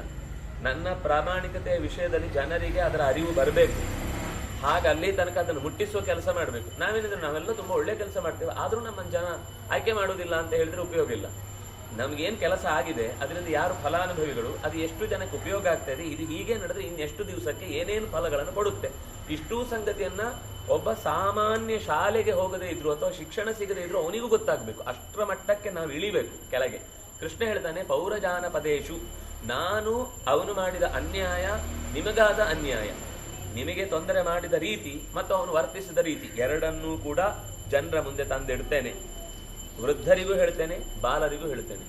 ಇದು ತುಂಬಾ ಒಳ್ಳೆ ಸ್ಟೇಟ್ಮೆಂಟ್. ಯಾವಾಗಲೂ ಕರ್ತವ್ಯ ಅಂತಂದ್ರೆ ಅದು ಕೇವಲ ನಾವೆಲ್ಲೋ ಇಲ್ಲೇ ಕೂತು ನಾಲ್ಕು ಮಾತಾಡಿದ್ರೆ ಮುಗಿಯುವುದಿಲ್ಲ. ಮನೆ ಮನೆಗೆ ಹೋಗಿ ಮುಟ್ಟಿಸ್ಬೇಕು ಅನ್ನೋದನ್ನು ಕೃಷ್ಣ ಸಂದೇಶ ಕೊಟ್ಟ. ಅಂದ್ರೆ ಅದು ಅವನು ಹೋಗಿ ಹೇಳಿದ್ಮೇಲೆ ಅವನ ಅಲ್ಲಿಯ ಪರಿವಾರದ ಮಂದಿ ಎಲ್ಲ ಅದನ್ನ ಅಲ್ಲಲ್ಲವರು ಹಂಚ್ಕೊಂಡು ಹೋಗ್ತಾರಲ್ಲ, ಹೇಳ್ತಾ ಹೋಗ್ತಾರೆ. ಅವರಿಗೆಲ್ಲರಿಗೂ ಇನ್ಸ್ಟ್ರಕ್ಷನ್ ಇರುತ್ತೆ, ಯಾರ್ಯಾರು ಅಲ್ಲಿ ಹೇಳಬೇಕು, ಹೇಗೆ ಹೇಳಬೇಕು ಇತ್ಯಾದಿ. ಅವರು ಇವ್ರ ಕಡೆಯವರು ಆ ಕಡೆ ಇದ್ದಾರೆ. ಹಾಗಾಗಿ ಅವರಿಗೆಲ್ಲರಿಗೂ ವಿಷಯವನ್ನು ಮುಟ್ಟಿಸ್ತೇನೆ. ಎಲ್ಲ ವರ್ಗದವರಿಗೂ ರಾಜನ ನಿಜವಾದ ಉದ್ದೇಶ ಏನಿತ್ತು, ಪಾಂಡವರ ವಿರುದ್ಧ ಅವನು ನಡ್ಕೊಂಡದ್ದು ಹೇಗಿತ್ತು, ಇದನ್ನು ನಾನು ಹೇಳ್ತೇನೆ. ಶಮಂ ವೈಯಾಚಮಾನಸ್ತ್ವಂ ನಾಧರ್ಮಂ ತತ್ರ ಲಪ್ಸ್ಯತೆ ಕುರುನ್ ವಿಗರ್ಹಯಿಷ್ಯಂತಿ ಧೃತರಾಷ್ಟ್ರಂಚ ಪಾರ್ಥಿವಾಹ. ನಾನು ವಿಷಯವನ್ನು ಸರಿಯಾಗಿ ಪ್ರಸ್ತಾವಗೊಳಿಸಿದೆ ಅಂತಂದ್ರೆ, ನೀನು ಶಮವನ್ನೇ ಬಯಸ್ತಾ ಇದ್ದಿ, ಶಾಂತಿಯನ್ನೇ, ಸಂಧಾನವನ್ನೇ ಬಯಸ್ತಾ ಇದ್ದಿ ಅಂತ ನಾನು ಅಲ್ಲಿ ಹೇಳಿದಾಗ, ನೀನು ಅಧರ್ಮವನ್ನ, ಧರ್ಮದ ದಾರಿಯನ್ನ ತೊರೆದು ನಿನಗೆ ರಾಜ್ಯ ಬೇಡ ಅನ್ನೋದು ಅವರಿಗೆ ಸ್ಪಷ್ಟವಾದಾಗ, ಆ ಪೃಥ್ವಿಯ ಪಾಲರಾದಂತಹ ಎಲ್ಲ ರಾಜರಿಗೂ ಕೂಡ ಕುರುಗಳ ಬಗ್ಗೆ, ಧೃತರಾಷ್ಟ್ರನ ಬಗ್ಗೆ ಸರಿಯಾದ ಕಲ್ಪನೆ ಬರುತ್ತೆ. ಆಗ ಅವರು ಗರ್ಹಯಿಷ್ಯಂತಿ, ಅವರನ್ನೇ ಇಬ್ಬರನ್ನು ಬೈತಾರೆ, ತಂದೆ ಮಕ್ಕಳನ್ನ. ಯಾವಾಗಲೂ ತಂದೆ ಮಕ್ಕಳ ಕಾಟ ಇದ್ದದ್ದೇ, ಅದು ಅವತ್ತಿನಿಂದ ಇವತ್ತಿನ ತನಕವೂ ಕೂಡ. ತಸ್ಮಿನ್ ಲೋಕ ಪರಿತ್ಯಕ್ತೆ ಕಿಂ ಕಾರ್ಯಂ ಅವಶಿಷ್ಯತೆ ಹತೇ ದುರ್ಯೋಧನೆ ರಾಜನ್ ಯದನ್ಯ ಕ್ರಿಯತಾಮಿತಿ. ಹೀಗೆ ಜನರ ಮನಸ್ಸಿನಲ್ಲಿ ಅವನ ಕಾರ್ಯಭಾರದ ವ್ಯಾಪ್ತಿಯಲ್ಲಿದ್ದ ಅನರ್ಥಗಳನ್ನ ಅರ್ಥ ಮಾಡಿಕೊಂಡ ಮೇಲೆ ಇನ್ನೇನು ಹೇಳಲಿಕ್ಕಿದೆ. ದುರ್ಯೋಧನನ ವಿಷಯದಲ್ಲಿ ಜನಗಳು ಸತ್ತೋದ್ರೆ ಮನಸ್ಸಿನಲ್ಲಿ, ಆಮೇಲೆ ಅವನನ್ನು ಕೊಲ್ಲುವುದು ಕಷ್ಟ ಅಲ್ಲ. ಜನರ ಮನಸ್ಸಲ್ಲಿ ಅಯ್ಯೋ ನಮ್ಮ ಇಂಥ ರಾಜನನ್ನು ಕೊಂದು ಬಿಟ್ನ, ಏನೇ ಆದ್ರೂ ಸರಿ ನಮ್ಮ ರಾಜನನ್ನೇ ಅವನು ಮುಟ್ಟಬಾರ್ದಿತ್ತು ಅಂತ ಮನಸ್ಸಿನಲ್ಲೂ ಅವರಿಗೆ ಭಾವನೆ ಉಳಿದಿರಬಾರ್ದು. ನಾಳೆ ಅವನು ಸತ್ತ ಮೇಲೆ ಆ ಯೋಚನೆ ಆದ್ಮೇಲೆ ಗೊತ್ತಾಯ್ತು ಅಂದಮೇಲೆ ಅಯ್ಯೋ ಸರಿ ಆಯ್ತ್ರಿ, ಅಂಥ ದುಷ್ಟನ ಕೈಯಲ್ಲಿ ನಾವು ರಾಜ್ಯಭಾರಕ್ಕೆ ಕೈಗೆ ಸಿಕ್ಕಿ ಹಾಕಿಕೊಳ್ಳುವುದಕ್ಕಿಂತ ಈಗ ಹೀಗೆ ಪಾಂಡವರೊಟ್ಟಿಗೆ ಇರುವುದೇ ಸರಿ ಅಂತ ಅವರಿಗೆ ಭಾವನೆ ಬರಬೇಕು. ಆ ರೀತಿಯಾದ ವಿಷಯಗಳನ್ನು ಅವರಿಗೆ ಮುಟ್ಟಿಸ್ಬೇಕು. ಅದನ್ನ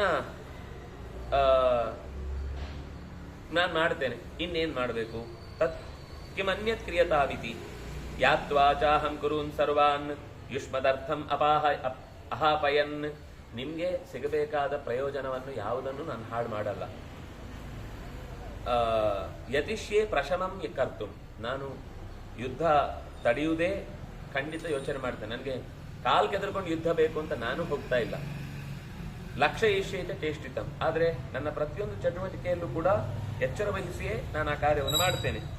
ಕೌರವಾಣಾಂ ಪ್ರವೃತ್ತಿಂಚ ಗತ್ವಾ ಯುದ್ಧಾಧಿಕಾರಿಕಾಂ ನಿಶಮ್ಯ ವಿನಿವರ್ತಿಷ್ಯೆ ಜಯಾಯ ತವ ಭಾರತ. ಯುದ್ಧ ಆದರೂ ಆಗದೇ ಇದ್ರು ಜಯ ನಿನಗೇ ಹೇಗಾಗಬೇಕೋ ಹಾಗಾಗುವ ಕೆಲಸವನ್ನು ನಾನು ಮಾಡ್ತೇನೆ.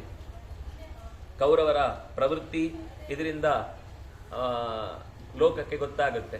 ಯುದ್ಧದವರ ಕೆಟ್ಟ ಆಸೆ, ಯುದ್ಧದಲ್ಲಿ ಅವರಿಗಿರುವ ತೀವ್ರತರವಾದ ಆಸಕ್ತಿ ಅದು ಲೋಕಕ್ಕೆ ಗೊತ್ತಾಗುತ್ತೆ. ನಾವು ಸಮಾಧಾನವನ್ನು ಕೇಳಿದಾಗಲೂ ಅವರು ಹಠಕ್ಕೆ ಅದನ್ನೇ ಹೇಳ್ತಾರೆ ಎಂದಾಗ ಗೊತ್ತಾಗುತ್ತೆ ಯುದ್ಧ ಅವರು ಮಾಡ್ತಾ ಇರೋದಲ್ಲ, ಇವರೇ ಮಾಡ್ತಾ ಇರೋದು ಅಂತ ಸ್ಪಷ್ಟ ಆಗುತ್ತೆ.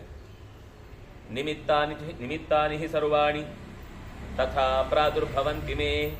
ನನಗೊಂದು ಎಲ್ಲ ಕಡೆಯ ಪ್ರಕೃತಿಯ ದರ್ಶನ ಮಾಡಿದಾಗ ಗೊತ್ತಾಗುವ ಸಂಗತಿ, ಅನೇಕ ನಿಮಿತ್ತಗಳು ಕಾಣಿಸ್ತಾ ಇದೆ, ಸೂಚನೆಗಳು ಸಿಗ್ತಾ ಇದೆ. ಮೃಗಾಶ್ಚ ಕುಂತಾಶ್ಚ ಪ್ರವದಂತಿ ಘೋರಂ ಹಸ್ತ್ಯಶ್ವ ಮುಖೇಶು ನಿಶಾಮುಖೇಶು ಘೋರಾಣಿ ರೂಪಾಣಿ ತಥೈವ ಚಾಗ್ನಿರ್ವರ್ಣಾನ್ ಬಹೂನ್ ಪುಷ್ಯತಿ ಘೋರ ರೂಪಾನ್. ಪ್ರಾಣಿಗಳು ಅಕಾಲದಲ್ಲಿ ಕಿರುಚುತ್ತಾ ಇದ್ದಾವೆ, ಯಾವ ಪ್ರಾಣಿ ಹೇಗೆ ಕೂಗಬೇಕೋ ಅದಕ್ಕಿಂತ ವಿಕಾರವಾಗಿ ಕೂಗಿಕೊಳ್ತಾ ಇದ್ದಾವೆ, ವಿಕಾರವಾದ ಮೋರೆ ವಿಕಾರವಾದ ರೂಪಗಳನ್ನು ತೊಟ್ಟು ವಿಚಿತ್ರವಾಗಿ ವರ್ತಿಸ್ತಾ ಇದ್ದಾವೆ. ಬೆಂಕಿಯೂ ಕೂಡ ಹೇಗುರಿಬೇಕೋ ಹಾಗೆ ಉರಿಯದೆ ಘೋರ ರೂಪವಾಗಿ ಧಗಧಗನೆ ಇಡೀ ಪ್ರಪಂಚವನ್ನೇ ಸುಟ್ಟು ಬಿಡ್ತೇನೆ ಅನ್ನುವ ಹಾಗೆ ಇದ್ದಕ್ಕಿದ್ದಂತೆ ನಿತ್ಯಾಗ್ನಿ ಕಾರ್ಯದ ಅಗ್ನಿಹೋತ್ರದ ಕುಂಡಗಳು ಚಿತೆಗಳಂತೆ ಉರಿತಾ ಇದೆ. ಮನುಷ್ಯ ಲೋಕ ಕ್ಷಯಕೃತ್ಸು ಘೋರೋ ನೋಚೇದಮನುಪ್ರಾಪ್ತ ಇಹಾಂತಕ ಸ್ಯಾತ್ ಶಸ್ತ್ರಾಣಿ ಯಂತ್ರಂ ಕವಚಾನ್ ರಥಾಂಶ್ಚ ನಾಗಾನ್ ಹಯಾಂಶ್ಚ ಪ್ರತಿಪಾದಯಿತ್ವಾ. ಮನುಷ್ಯ ಲೋಕದಲ್ಲಿ ಏನೋ ಒಂದು ದೊಡ್ಡ ಘೋರವಾದ ಘಟನೆ ನಡೀಲಿಕ್ಕಿದೆ ಅಂತ ಸೂಚನೆ ಬರ್ತಾ ಇದೆ. ರೆಡಿ ಮಾಡಿಕೊಂಡು ಯಮಧರ್ಮನೇ ನನ್ನ ಟೈಮ್ ಬಂತು, ನಾನು ತುಂಬ ಕೆಲಸ ಇದೆ ರೆಡಿ ಮಾಡಿಕೊಳ್ಳಿಕ್ಕೆ ಅಂತ ತನ್ನ ಪರಿವಾರದವರನ್ನೆಲ್ಲ ಕಟ್ಕೊಂಡು ರೆಡಿ ಮಾಡಿ ಕೂತ ಹಾಗೆ ಕಾಣಿಸ್ತಾ ಇದೆ. ಶಸ್ತ್ರಗಳು, ವಸ್ತ್ರಗಳು, ಕವಚಗಳು, ಆನೆ, ಕುದುರೆ, ರಥಗಳು ಇತ್ಯಾದಿಗಳೆಲ್ಲ ಒಂದು ಕಡೆ ಸೇರ್ತಾ ಇರುವುದು ಅಂದರೆ ಯಮನಿಗೆ ಆನಂದವೂ ಆನಂದ. ನನ್ನ ಕೆಲಸಕ್ಕೆ ಮತ್ತೆ ಕಷ್ಟಪಡಬೇಕಾಗಿಲ್ಲ, ಹೊತ್ಕೊಂಡು ಹೋಗುವುದಷ್ಟೇ ಬಾಕಿ ಅಂತ. ಯೋಧಾಷ್ಟ ಸರ್ವೇ ಕೃತ ನಿಶ್ಚಯಾಸ್ತೆ. ಇನ್ನು ಕೆಲವರೆಲ್ಲ ಯುದ್ಧದಲ್ಲಿ ಸಾವು ಅಂದರೆ ಅದು ಜೀವನದ ದೊಡ್ಡ ಭಾಗ್ಯ ಅಂತ ಭಾವಿಸಿ ಆಗ್ಲೇ ಅವರು ಪ್ರಾಣವನ್ನು ಬಿಡುವ ನಿಶ್ಚಯ ಮಾಡಿಕೊಂಡೇ ಯುದ್ಧದಲ್ಲಿ ಸೇರ್ಕೊಂಡಿದ್ದಾರೆ. ಭವಂತು ಹಸ್ತ್ಯಶ್ವರಥೇಶು ಯತ್ತಾಹ ಸಾಂಗ್ರಾಮಿಕಂ ತೇ ಯದುಪಾರ್ಜನೀಯಂ ಸರ್ವಂ ಸಮಗ್ರಂ ಕುರು ತನ್ನರೇಂದ್ರ. ಆದರೆ ನೀನು ಕೂಡ ಯೋಧರನ್ನೆಲ್ಲ ಸಿದ್ಧಪಡಿಸು. ಅಷ್ಟೇ ಅಲ್ಲ, ರಥ, ಕುದುರೆ, ಕಾಲಾಳುಗಳು, ಆನೆಗಳನ್ನು ಸಂಗ್ರಹಿಸಿ ಸಂಗ್ರಾಮದ ಕಾಲಕ್ಕೆ ಏನೇನು ಉಪಾರ್ಜನೀಯಂ ಸಿದ್ಧಪಡಿಸಬೇಕು ಅಷ್ಟೆಲ್ಲವನ್ನು ಸಮಗ್ರಂ ಕುರು. ಯುದ್ಧ ಮಾಡುವುದು ಇಲ್ಲ ಅಂತಾದರೆ ಬಿಟ್ಬಿಡೋಣ. ಆ ಸೈನ್ಯವನ್ನ ಯುದ್ಧಕ್ಕೋಸ್ಕರ ಸಿದ್ಧಪಡಿಸಿದ ಮೇಲೆ ಯುದ್ಧ ಮಾಡಲೇಬೇಕು ಅನ್ನುವ ಅದೇ ಈ ಸೈನ್ಯ ಸಿದ್ಧ ಮಾಡಿದ ಮೇಲೆ ಯುದ್ಧ ಮಾಡದೇ ಇದ್ರೆ ಅಂತ ಒಂದು ಕಿರಿಕಿರಿ ಬರುತ್ತಲ್ಲ, ಅದು ಮೈಂಡ್ ಸೆಟ್ ತಪ್ಪೋಗಿದೆ ಅಂತ ಅರ್ಥ. ಯುದ್ಧ ಆದರೆ ಸಿದ್ಧ ಇದ್ದೇವೆ ಅಷ್ಟೇ, ಯುದ್ಧ ಆಗಬೇಕು ಅಂತ ಸಿದ್ಧ ಆಗುದಲ್ಲ. ಸಿದ್ಧವಾಗಿರು, ಬಂದ್ರೆ ಯುದ್ಧ, ಇಲ್ಲ ಅಂದ್ರೆ ಸನ್ನದ್ಧ. ನಾವು ಯಾವಾಗ್ಲೂ ರೆಡಿ ಇರಬೇಕು ಅಂತ ಅನ್ನೋದಕ್ಕೋಸ್ಕರ ಅದು ಸಹಾಯಕ್ಕೆ ಯಾವಾಗ್ಲೂ ಇರಬೇಕಷ್ಟೇ. ಹಾಗಾಗಿ ದುರ್ಯೋಧನೋ ನಹ್ಯಲಮತ್ಯ ಅದ್ಯದಾತುಂ ಜೀವಂ ತಥೈವಾನೃಪತೆ ತವೈತನೃಪತೆ ಕಥಂಚಿತ್ ಯತ್ತೇ ಪುರಸ್ತಾದಭವತ್ ಸಮೃದ್ಧಂ ದ್ಯೂತೆ ಹೃತಂ ಪಾಂಡವ ಮುಖ್ಯ ರಾಜ್ಯಂ. ದ್ಯೂತದಲ್ಲಿ ನಿಮ್ಮ ಸಂಭ್ರಮ ಪಡಬೇಕಾದ ಸಂಪತ್ತನ್ನ ಅನಾಯಾಸವಾಗಿ ಅಪಹರಿಸಿದಂತಹ ವಸ್ತುವನ್ನ ದುರ್ಯೋಧನ ನಹಿ ಅಲಂ, ದುರ್ಯೋಧನ ಕೊಡ್ತಾನೆ ಅಂತ ಯಾಕೋ ನನಗೆ ಅನ್ನಿಸ್ತಿಲ್ಲ. ಆದರೆ ನಮ್ಮ ಪ್ರಯತ್ನ ಬಿಡಬಾರದು ಅನ್ನೋ ಕಾರಣಕ್ಕೋಸ್ಕರ ಹೇಗೆ ಆದರೂ ಕೊನೆಯ ತನಕನೂ ಒಳ್ಳೆ ಪ್ರಯತ್ನಕ್ಕೆ ನಾವು ಅಣಿಯಾಗಿರಬೇಕು ಹೊರತು ಕಾಯ್ತಾ ತಕ್ಷಣವೇನಾದರೂ ಪ್ರತಿಕ್ರಿಯೆ ಕೊಡಬೇಕು ಅಂತ ಕೊಡುವುದಲ್ಲ. ಇಷ್ಟಕ್ಕೆ 71ನೆಯ ಅಧ್ಯಾಯ ಮುಕ್ತಾಯವಾಯಿತು. 72ನೇ ಅಧ್ಯಾಯ ಮುಕ್ತಾಯವಾಯಿತು.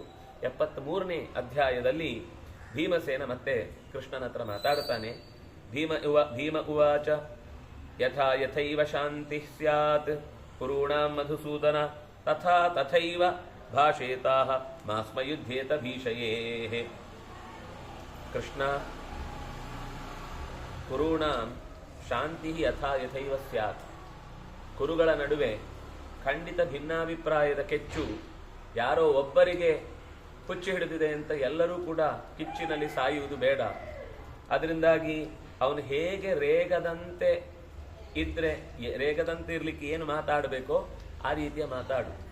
ಸುಮ್ಮನೆ ನಾವೇ ಕೆಲವೊಮ್ಮೆ ನಾನು ಕೇಳ್ತೇನಪ್ಪ ನೀವೇನಾದ್ರೂ ಮಾಡಿ ಅಂತ ಅವನಿಗೆ ಇಷ್ಟ ಆಗದಾಗೆ ಮಾತಾಡೋದು, ಆಮೇಲೆ ಅವ್ನು ಕೊಡೋದಿಲ್ಲ ಹೇಳೋದು.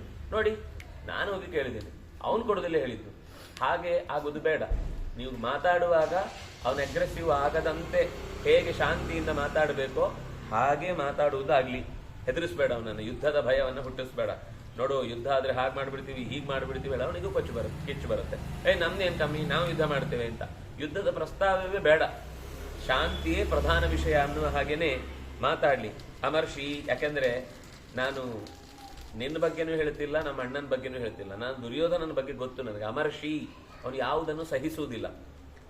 ಜಾತ ಸಂಭ್ರಂಭ, ಕೂಡಲೇ ಗಡಿಬಿಡಿಯಿಂದಲೇ ಎಲ್ಲದಕ್ಕೂ ಪ್ರತಿಕ್ರಿಯೆ ಕೊಡ್ತಾನೆ. ಆಮೇಲೆ ಶ್ರೇಯೋದ್ವೇಷಿ, ಇನ್ನೊಬ್ಬರಿಗೆ ಒಳ್ಳೇದಾಗುತ್ತೆ ಅಂದ್ರೆ ಕೈ ತಿಕ್ಕಿ ತಿಕ್ಕಿ ತಿಕ್ಕಿ ತಿಕ್ಕಿ ಉರಿದು ಹೋಗ್ತಾ ಇರ್ತಾನೆ, ಹೊಟ್ಟೆ ಕಿಚ್ಚಿನ ಮುದ್ದೆ. ಮಹಾಮನಾಹ, ಎಲ್ಲ ದೊಡ್ಡ ಆಲೋಚನೆಗಳು, ಎಲ್ಲ ಸಿಕ್ಕಿದ್ರೆ ದೊಡ್ಡ ದೊಡ್ಡ ಪ್ರಮಾಣದಲ್ಲೇ ಲಾಭ ಬೇಕು ಅಂತ ಬಯಸುವವನು. ನೋಗ್ರಂ ದುರ್ಯೋಧನೋ ವಾಚ್ಯ, ಉಗ್ರವಾದ ರೀತಿಯಲ್ಲಿ ದುರ್ಯೋಧನನನ್ನ ಮಾತಾಡಿಸಬೇಡ.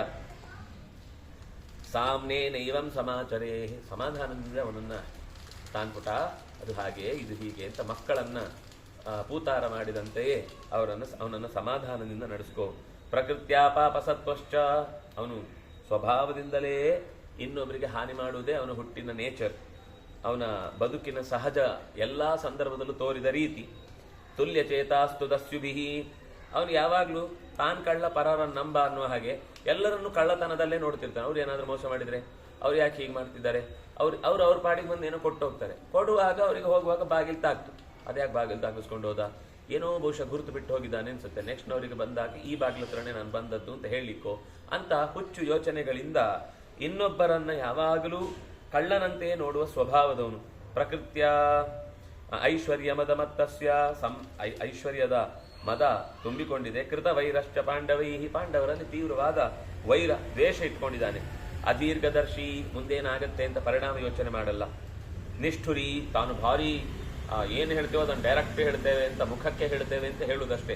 ಅದು ಹೇಳೋದ್ರಿಂದ ಲಾಭ ಆಗುದಿಲ್ಲ.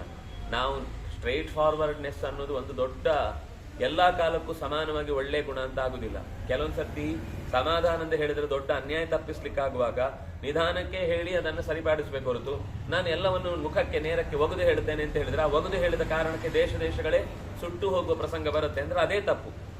ಸರಿಯಾಗುವುದಕ್ಕೆ 10 ಜೀವನ ಉಳಿಸ್ಲಿಕ್ಕಾಗತ್ತೆ ಅಂತಂದಾಗ ನಾವು ಉಳಿಸುವ ಪ್ರಯತ್ನ ಮಾಡಬೇಕು ಹೊರತು ನಿರ್ನಾಮ ಆಗಿ ಹೋಗುವುದಕ್ಕೆ ಕಾರಣವಾದ ಒಂದು ನಿಷ್ಠುರದ ಮಾತು ಅದು ಮಹಾ ಅನ್ಯಾಯ ಅಂತ ಆಗುತ್ತೆ. ಅವನು ಸ್ವಲ್ಪ ನಿಷ್ಠುರಿ ಅಂತ ತೋರಿಸ್ಕೊಳ್ತಾನೆ, ನಿಷ್ಠುರ ಏನಲ್ಲ, ಮೋಸಗಾರ. ಕ್ಷೇಪ್ತ ಅಂದ್ರೆ ಬಾಯಿಗೊಂದು ಲಂಗು ಲಗಾಮ ಇಲ್ಲ, ಬಾಯಿ ಬಂದಿದ್ದು ಮಾತಾಡು, ಸಿಕ್ಕಿದ್ದೆಲ್ಲ ಮಾತನ್ನು ಎಸಿತಾ ಇರ್ತಾನೆ. ಕ್ರೂರ ಪರಾಕ್ರಮ, ತುಂಬಾ ದುಡುಕಿನ ವ್ಯಕ್ತಿ ಮಾತ್ರ ಅಲ್ಲ, ತಾನೇ ಸ್ವತಃ ಕಟ್ಗೆಟ್ಕೊಂಡು ಒಂದೇ ಸರ್ತಿಗೆ ದಡಬಡ ಅಂತ ಬೈತಾ ಇರ್ತಾನೆ. ದೀರ್ಘಮನ್ಯು, ಇವತ್ತು ಕೋಪ ಬಂದ್ರೆ 25 ದಿವಸ ಆದ್ರೂ ಅದೇ ಕೋಪದಲ್ಲಿರ್ತಾನೆ, ನನಗೆ ಕೋಪ ಇಳಿಯುವುದೇ ಇಲ್ಲ. ಕೆಲವರಿಗೆ ಕೋಪ ಬರುತ್ತೆ, ಓ ಅಂತ ಕೂಗ್ತಾರೆ, ಆಮೇಲೆ ಸ್ವಲ್ಪ ಹೊತ್ತು ಆದ್ಮೇಲೆ ಸಪ್ಪೆ ಆಗೋಗುತ್ತೆ. ಇವನು ಹಾಗಲ್ಲ, ಇವನು ದೀರ್ಘಮನ್ಯು, ಇವನ ಕೋಪ ಬಂದ್ರೆ ಇಳಿಯುವುದೇ ಇಲ್ಲ. ಅನೇಯ, ಒಂದು ನೀತಿ ನಿಯಮಗಳನ್ನು ಪಾಲಿಸೋನಲ್ಲ, ಇನ್ನೊಬ್ಬರಿಗೆ ಇದೊಂದು ಮಾದರಿಯ ದಾರಿ ಹೀಗೆ ಮಾಡ್ಕೊಂಡ್ರೆ ದುರ್ಯೋಧನ ಮಾಡ್ದಂಗೆ ಮಾಡಬೇಕು ಅಂತ ಹೇಳಲಿಕ್ಕೆ ಒಂದೇ ಒಂದು ಲಕ್ಷಣ ಸಿಗಲ್ಲ ಅವನ ಹತ್ರ. ಪಾಪ ಆತ್ಮ, ಯಾವಾಗಲೂ ಮನಸ್ಸಿನಲ್ಲಿ ಇನ್ನೊಬ್ಬರ ಬಗ್ಗೆ ಕೇಡನ್ನೇ ಯೋಚಿಸ್ತಾ ಇರುವನು. ನಿಷ್ಕೃತಿ ಪ್ರಿಯ, ಇನ್ನೊಬ್ಬರಿಗೆ ಮೋಸ ಮಾಡುವುದು, ಇನ್ನೊಬ್ಬರನ್ನು ವಂಚಿಸುವುದು, ಇನ್ನೊಬ್ಬರಿಗೆ ಸರಿಯಾದ ಸಮಯಕ್ಕೆ ಕೈ ಕೊಡುವುದು ಅಂದ್ರೆ ಅವನಿಗೆ ಬಹಳ ಪ್ರಿಯ, ಇಷ್ಟ. ಅವ್ರು ಒದ್ದಾಡಬೇಕು, ತಾನು ಬರ್ತೇನೆ ಅಂತ ಹೇಳಿದ್ದನ್ನು ಕಾಯ್ತಾ ಇರಬೇಕು, ತಾನು ಹೋಗದೇ ಇದ್ದಾಗ ಅವ್ರು ಏನ್ ಮಾಡ್ತಿದ್ರು ಅಂತ ಒದ್ದಾಡೋದನ್ನು ನೋಡಿ ಖುಷಿ ಪಡ್ಬೇಕು ಅಂತ ದುಷ್ಟ. ಮ್ರಿಯೇತಾಪಿನ ಭಜ್ಯೇತ, ಯಾರಾದ್ರೂ ಸಾಯ್ತಾ ಇದ್ದಾರಂದ್ರು ಸಹಾಯ ಮಾಡ್ಲಿಕ್ಕೆ ಹೋಗೋನಲ್ಲ. ನೈವ ಜಹ್ಯಾತ್ ಸ್ವಕಂ ಸ್ವತಂ, ಆದ್ರೆ ತನ್ನ ಅಭಿಪ್ರಾಯ ಮಾತ್ರ ಬಿಟ್ಕೊಡಲ್ಲ. ತಾನೇನೋ ಮೊದಲೊಂದು ಆ ಜಾಡ್ಯ ಹಿಡಿದಿರುತ್ತಲ್ಲ ಮನಸ್ಸಿನಲ್ಲಿ, ಆಗ್ರಹ, ಅದನ್ನ ಈ ಸಾಯುವ ಸ್ಥಿತಿ ಬಂದ್ರೂ ಕೂಡ ಮತ್ತೆ ಏನು ಮ್ರಿಯೇತಾಪಿ, ತನಗೆ ಸಾಯುವ ಸ್ಥಿತಿ ಬರುತ್ತೆ ಅಂತಂದಾಗ್ಲೂ ತಾನೇನೋ ಒಂದು ಆಗ್ರಹ ಪೂರ್ವಕವಾಗಿ ಮೊದಲೊಂದು ನಿರ್ಧಾರ ಮಾಡಿರ್ತಾನೆ, ಅದನ್ನು ಯಾವತ್ತೂ ಬಿಟ್ಟುಕೊಡುವನಲ್ಲ. ಅಂದ್ರೆ ಇದು ಸ್ವಭಾವ ದುರತಿಕ್ರಮ. ಸ್ವಭಾವ ಅನ್ನೋದು ಎಲ್ಲ ಕಾಲದಲ್ಲೂ ಕೂಡ ಅದನ್ನು ಚೇಂಜ್ ಮಾಡ್ಲಿಕ್ಕೆ ಆಗತ್ತೆ ಅಂತ ನೀವು ವಾದ ಮಾಡಬೇಡಿ ಅಂತ ಹೇಳಿಕ್ಕೆ ಹೊರಟದ್ದು. ತಾದೃಶೇನ ಶಮಃ ಕೃಷ್ಣ ಮನ್ಯೇ ಪರಮ ದುಷ್ಕರ. ಇಷ್ಟು ಗುಣಗಳನ್ನು ಯಾಕೆ ಹೇಳಿದೆ ಅಂದ್ರೆ, ಇವನ ಹತ್ರ ಹೋಗಿ ಶಾಂತಿ ಮಾತಾಡುದು ಅಂತಂದ್ರೆ ಕುಟುಕುವ ಚೇಳಿನ ಹತ್ರ ಹೋಗಿ ಕಡಿಬೇಡ ಅಂತ ಹೇಳಿದಾಗೆ, ಅದು ಸ್ವಭಾವವೇ ಕಡಿಯುವುದು. ಈ ಕಡಿಬೇಡ ಅಂತ ಬಾಯಿ ಹತ್ರ ಹೇಳಿಕೋದ್ರೆ ಮೊದಲೇ ಬಾಯನ್ನೇ ಕಡಿಯುತ್ತೆ ಫಸ್ಟ್ ಅದು. ಅದಕ್ಕೆ ನೀವು ಕಡಿಬೇಡ ಅಂತ ಹೇಳ್ತಾ ಇದ್ದಿ ಅಂತ ಅನ್ನೋ ಮಾತಿಗೋಸ್ಕರ ಅದು ಕೃತಜ್ಞನಾಗಿ ನಿನ್ನನ್ನ ಬಿಡುವಂಥದ್ದಲ್ಲ. ಸುಹೃದಾಂ ಅಪ್ಯ ಅವಾಚೀನಃ ತ್ಯಕ್ತ ಧರ್ಮೋ ಪ್ರಿಯಾನೃತಃ. ಎಷ್ಟು ಹತ್ತಿರದವರಾದ್ರೂ ಕೂಡ ಅವರನ್ನು ಲಾಭ ನೋಡ್ತಿರ್ತಾನೆ ಹೊರತು ಅವರನ್ನು ಹೇಗೆ ಕೆಳಗೆ ಮಾಡುವುದು ಅಂತ ನೋಡ್ತಿರ್ತಾನೆ ಹೊರತು ಯಾವತ್ತು ತನಗೆ ತನ್ನ ಮಟ್ಟಕ್ಕಿಂತ ಮೇಲೆ ಹೋಗ್ತಾರೆ ಅಂದ್ರೆ ಅವ್ರು ಯಾರನ್ನು ಸಹಿಸುವುದಿಲ್ಲ. ಎಲ್ಲರೂ ತನ್ನ ಅಡಿಯಲ್ಲಿರ್ಬೇಕು, ಎಲ್ಲರೂ ತನ್ನ ವಶದಲ್ಲಿರ್ಬೇಕು, ಹಾಗೆ ಬಯಸುವವನು. ಮತ್ತೆ ಧರ್ಮವನ್ನ ದೂರ ಬಿಟ್ಟವನು, ತ್ಯಕ್ತ ಧರ್ಮ, ಧರ್ಮಕ್ಕೆ ಆಶ್ರಯವೇ ಇಲ್ಲ ಅವನ ಹತ್ರ. ಪ್ರಿಯಾನೃತಃ, ಸುಳ್ಳನ್ನು ಚೆನ್ನಾಗಿ ಪ್ರೀತಿಯಾಗುವಾಗ ಹೇಳ್ತಾನೆ. ನೀವು ಕೇಳುವಾಗ ಇದೇ ಸತ್ಯ ಅಂತ ಅನ್ನಿಸ್ಬೇಕು, ಅನೃತವನ್ನ ಪ್ರಿಯ ಆಗುವ ಹಾಗೆ ಹೇಳಿ ಅದೇ ಸತ್ಯ ಅಂತ ಭಾವಿಸುವಂತೆ ಮಾಡಿ ಅವನ ಪರವಾಗಿ ಜೀವ ಕೊಡ್ಲಿಕ್ಕೂ ಎಲ್ಲರೂ ಸಿದ್ಧ ಆಗುವಂತೆ ಮಾಡ್ತಾನೆ. ಇದು ಅವನ ತಾಕತ್ತು. ಇದು ಇವತ್ತು ಲೋಕದಲ್ಲಿ ಇದೇ ಬದುಕುದು. ಈ ಗುಣವೇ ದುರ್ಯೋಧನ ಅಂದ್ರೆ ಕಲಿ ಇನ್ನೆಲ್ಲೂ ಹೋಗಿಲ್ಲ, ಎಲ್ಲೇ ನಮ್ಮಲ್ಲಿ ಎಲ್ಲರಲ್ಲೂ ಸೇರ್ಕೊಂಡಿದೆ. ಇಷ್ಟವಾಗುವ ಹಾಗೆ ಸುಳ್ಳು ಹೇಳ್ಬಿಡುದು. ಆವಾಗ ಜನಕ್ಕೆಲ್ಲ ಒಳ್ಳೆಯವನು ಒಳ್ಳೆಯವನು ಒಳ್ಳೆಯವನು ಅಂತ ಈ ಹೆಸರಿಟ್ಕೊಂಡ್ರೆ ಒಳ್ಳೆಯವನು ಕರೀತಾರಲ್ಲ ಹಂಗೆ. ಇದು ನಡವಳಿಕೆ ಹೀಗಾಗುತ್ತೆ. ಪ್ರೀತಿ ಪ್ರತಿಹಂತ್ಯೇವ ಸುಹೃದಾಂ ವಾಚಶ್ಚೈವ ಮನಾಂಸಿ ಚ. ಆತ್ಮೀಯರ ಮಾತುಗಳನ್ನು ಮನಸ್ಸುಗಳನ್ನು ಮುರಿಯುವುದರಲ್ಲಿ ಆತ ನಿಸ್ಸೀಮ, ಯಾವುದನ್ನು ನಂಬುವ ಹಾಗಿರುವುದಿಲ್ಲ. ಸವನ್ಯುವಶಮಾಪನ್ನ ಸ್ವಭಾವಂ ದುಷ್ಟಮಾಸ್ಥಿತಃ ಸ್ವಭಾವಾತ್ ಪಾಪಮಭ್ಯೇತಿ ತೃಣೈಶ್ಚನ್ನ ಇವೋರಗಃ. ಕೋಪದಲ್ಲಿ ಇರ್ತಾನೆ, ಆದರೆ ಅವನಿಗೆ ಕೋಪ ಬಂದಿದೆ ಅಂತ ತೋರಿಸ್ಕೊಳ್ಳಲ್ಲ. ಕೋಪ ಇದೆ ಅಂತ ಚೂರು ಸೂಕ್ಷ್ಮ ಗೊತ್ತಿದ್ದವನಿಗೆ ಮಾತ್ರ ಅರ್ಥ ಆಗುತ್ತೆ. ಇಲ್ಲ ಅಂದ್ರೆ ನಗತಾ ನಗತಾ ನಗತಾ ನಗತಾ ಅಪ್ಪಿಕೊಳ್ತಾನೆ, ಮಾತಾಡ್ತಾನೆ, ಎಲ್ಲ ಆಗುತ್ತೆ, ಊಟದಲ್ಲಿ ವಿಷ ಆಗ್ತಾನೆ. ಇಷ್ಟೇ ಅವ್ನು ಮಾಡುದು. ಅವ್ನು ನಗ್ತಾ ಇದ್ದಾನೆ ಅಂದ್ರೆ ಸ್ವಲ್ಪ ಹೆದರ್ಬೇಕು, ಏನೋ ಅಡ್ಡ ಪಂಕ್ತಿ ಇದೆ, ಇವನೇನೋ ಬೇರೆ ಪ್ಲಾನ್ ಮಾಡ್ತಿದ್ದಾನೆ ಅಂತ ಗೊತ್ತಾಗುತ್ತೆ. ಹೇಗೆ ಅಂದ್ರೆ ತೃಣೈಹಿ ಛನ್ನಃ ಇವ ಉರಗಃ. ಅದು ಹುಲ್ಲಿನ ಮಧ್ಯದಲ್ಲಿ ಅಡಗಿ ಕೂತಿರುವ ಸರ್ಪದ ಹಾಗೆ. ನಾವು ಹುಲ್ಲಿದೆ ಅಂತೇಳಿ ಆರಾಮಾಗಿ ಹೋಗಿ ಕೂತ್ರೆ ಕಚ್ಚಿದ ಮೇಲೆ ಗೊತ್ತಾಗುತ್ತೋ ಇಲ್ಲೊಂದು ಸರ್ಪ ಇತ್ತು ಅಂತ. ಹಾಗೆ ತೃಣೈಹಿ ಛನ್ನಃ ಇವೋರಗಃ ಸ್ವಭಾವಾತ್ ಪಾಪಮಾದತ್ತೆ. ಸ್ವಭಾವದಿಂದಲೇ ಪಾಪ ಮಧ್ಯೇತಿ, ಒಳಗಿನಿಂದಲೇ ಅವನಿಗೆ ಪ್ರತಿ ಕ್ಷಣವೂ ಆ ಕೋಪದ ಪಾಪದ ಬುದ್ಧಿ ಬಿಟ್ಟು ಹೋಗುವಂಥದ್ದಲ್ಲ. ದುರ್ಯೋಧನೋ ಹಿ ಯತ್ಸೇನಃ ಸರ್ವಥಾ ವಿತ್ತಸ್ತವ ಯಚ್ಛೀಲೋ ಯಸ್ವಭಾವಶ್ಚ ಯದ್ಬಲೋ ಯತ್ಪರಾಕ್ರಮ.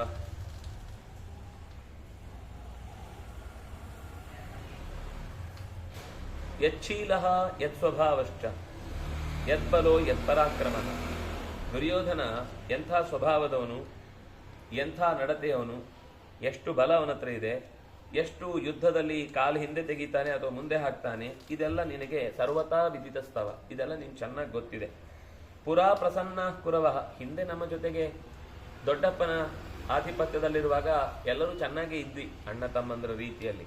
ಆದ್ರೆ ಇವನು ಒಬ್ಬನ ಅವ್ಯವಸ್ಥೆಯಿಂದಾಗಿ ನಮ್ಗೆಲ್ರಿಗೂ ಕೂಡ ಪರಸ್ಪರ ಈಗ ಭಿನ್ನಾಭಿಪ್ರಾಯ ಹುಟ್ಟುವಂತೆ ದುರ್ಯೋಧನ ಮಾಡಿದ್ದಾನೆ. ದುರ್ಯೋಧನಸ್ಯ ಕ್ರೋಧೇನ ಭರತಾಹ ಮಧುಸೂದನ ದಕ್ಷ್ಯಂತೆ ಶಿಶಿರಾಪಾಯೇ ವನಾನೀವ ಹುತಾಶನೈ. ಶಿಶಿರ ಅಂತಂದ್ರೆ ಕೊನೆಯ ಋತು ಮುಗಿಯುವುದು ಅಂತಂದ್ರೆ ಬಿಸಿಲು ಬರುವುದು. ಶಿಶಿರಾಪಾಯೇ, ಶಿಶಿರ ಮುಗಿದು ಕಾಡು ಒಣಗಿ ಒಂಥರ ಒಣ ಒಣ ಒಣ ಒಣ ಆಗಿಟ್ಟಿರುತ್ತೆ ಇಡೀ ಕಾಡು.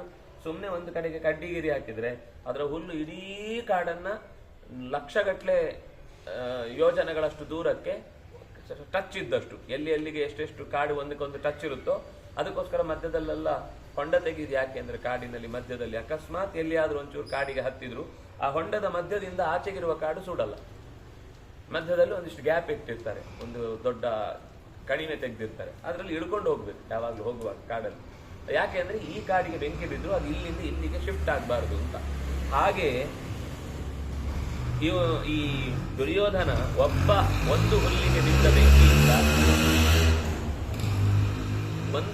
ಬಿದ್ದ ಬೆಂಕಿಯಿಂದ ಇಡೀ ಕಾಡು ನಾಶವಾಗುವಂತಹ ದುಸ್ಥಿತಿಯನ್ನ ಇವನು ತಂದಿಡ್ತಾನೆ ಅಂತ ಅನ್ನಿಸ್ತಾ ಇದೆ ಅಸುರರು. ಅಂದ್ರೆ ಹೀಗೆ ಯೇ ಸಮುಚ್ಛಿದು ಜ್ಞಾತೀನ್ ಸುಹೃದಶ್ಚ ಸಬಾಂಧವಾನ್ ಅಷ್ಟಾದಶೇ ಮೇ ರಾಜಾನಃ ಪ್ರಖ್ಯಾತ ಮಧುಸೂದನ. ಹೇ ಕೃಷ್ಣ, 18 ದೃಷ್ಟಾಂತಗಳು ನಮ್ಮ ಮುಂದೆ ಇದೆ. ಒಬ್ಬನ ಕಾರಣದಿಂದ ಇಡೀ ವಂಶ ನಾಶ ಆಗಿದ್ದಕ್ಕೆ ನಮ್ಮ ಹತ್ರ ಎಷ್ಟು ಇತಿಹಾಸ ಓದಿದ್ದ ಅಂತ ಯೋಚನೆ ಮಾಡಿ. ಭೀಮಸೇನ 18 ಉದಾಹರಣೆಗಳನ್ನು ಕೊಡ್ತಾನೆ. ಏನೇನಾಗಿತ್ತು ಈ ಹಿಂದೆ, ಎಷ್ಟು ತರದ ಯುದ್ಧಗಳು ನಡೆದು ಇಡೀ ಮನೆತನಗಳೇ ನಿರ್ನಾಮ ಹೊಂದಿದ್ವು. ನಾನು ಈ ಕಾರಣಕ್ಕೋಸ್ಕರ ನಾವು ಅಂತದ್ದಕ್ಕೊಂದು ಎಕ್ಸಾಂಪಲ್ ಆಗಿ ನಾಳೆ ಇನ್ನೊಬ್ನು ಹೇಳುವಾಗ 19ನೇದ್ದು ಅಂತ ನಮ್ದು ಹೇಳಬಾರದು. ಅದಕ್ಕೋಸ್ಕರ ನಾನು ಹೇಳ್ತಾ ಇದ್ದೇನೆ. ಅಸುರಾಣಾಂ ಸಮೃದ್ಧಾನಾಂ ಜ್ವಲತಾಮಿವ ತೇಜಸ ಪರ್ಯಾಯ ಕಾಲೇ ಧರ್ಮಸ್ಯ ಪ್ರಾಪ್ತೆ ಕಲಿರಜಾಯತ. ಅಸುರರ ಸ್ವಭಾವವೇ ಹಾಗೆ. ಪರಸ್ಪರ ಒಬ್ಬರೊಬ್ಬರು ಸಂತೋಷದಿಂದ ಇರ್ತಾರೆ ಅಂದ್ರೆ ಅದನ್ನ ಸಹಿಸುವವರಲ್ಲ. ಮಧ್ಯ ಬೆಂಕಿ ಹಾಕಿ ತಿಕ್ಕಿ ಎರಡೂ ನಾಶ ಆಗುವ ಹಾಗೆ ಮಾಡುವಂತಹ ದುಸ್ಥಿತಿರು. ಕಲಿ ಅಂತಂದ್ರೆ ಯುದ್ಧ. ಕಲಿಹಿ ಅಜಾಯತ. ಹಿಂದೆ ಒಬ್ಬನ ಕಾರಣದಿಂದ ಧರ್ಮದ ನೆಲೆ ಇಲ್ಲದೆ ಇಡೀ ಕುಲವೇ ಕಳೆದು ಹೋದ ಸಂಗತಿ ನಡೆದಿದೆ. ಒಂದು ಹೈಹಯಾನಾಂ ಉದಾವರ್ತೋ, ಉದಾವರ್ತ ಅನ್ನುವಂಥ ಒಬ್ಬ ರಾಜನ ದೌಶೀಲ್ಯದಿಂದಾಗಿ, ಇದೇ ದುರ್ಯೋಧನಂತೆ ಸೇಮ್, ಹಿಂದೆ ಏನೇನು ಹೇಳಿದ್ರು ಅದೆಲ್ಲಾ ಗುಣಗಳಿತ್ತು ಅಂತ ಅರ್ಥ. ಅವನು ಒಬ್ಬನ ದುರಾಡಳಿತದಿಂದ ಹೈಹಯ ವಂಶವೇ ನಿರ್ನಾಮಗೊಂಡಿತು. ನೀಪಾನಾಂ ಜನಮೇಜಯ, ನೀಪ ಅಂತ ಒಂದು ರಾಜವಂಶ, ಹೈಹಯ ಅಂತ ಒಂದು ರಾಜವಂಶ, ನೀಪ ಅಂತ ಒಂದು ರಾಜರ ವಂಶ. ಆ ರಾಜರ ವಂಶವು ಹೀಗೇನೆ ಜನಮೇಜಯ ಅನ್ನೋ, ಈ ಜನಮೇಜಯರು 100 ಜನ ಇದ್ದಾರೆ. ಇನ್ನು ನಮ್ಗೆ ಗೊತ್ತಿರುವ ಜನಮೇಜಯ ವೈಶಂಪಾಯನರ, ಹೌದು, ಕಾರ್ತವೀರ್ಯ ಅರ್ಜುನನ ಪೂರ್ವಜ ಒಬ್ಬ.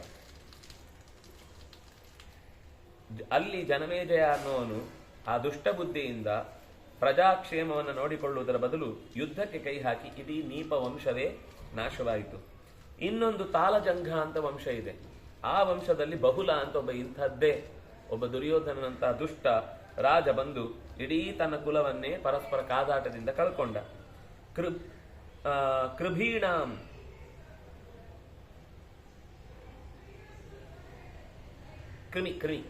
ಕ್ರಿಮೀಣಾಂ ಉದ್ಧತಃ ವಸು, ವಸು ಅನ್ನುವಂತಹ ಒಂದು ಮನೆತನದ ಕ್ರಿಮಿ ಅನ್ನುವಂತಹ ಮನೆತನದಲ್ಲಿ ವಸು ಅನ್ನುವಂತಹ ಒಬ್ಬ ರಾಜನಿಂದ ಆ ಇಡೀ ವಂಶ ನಾಶ ಆಯಿತು.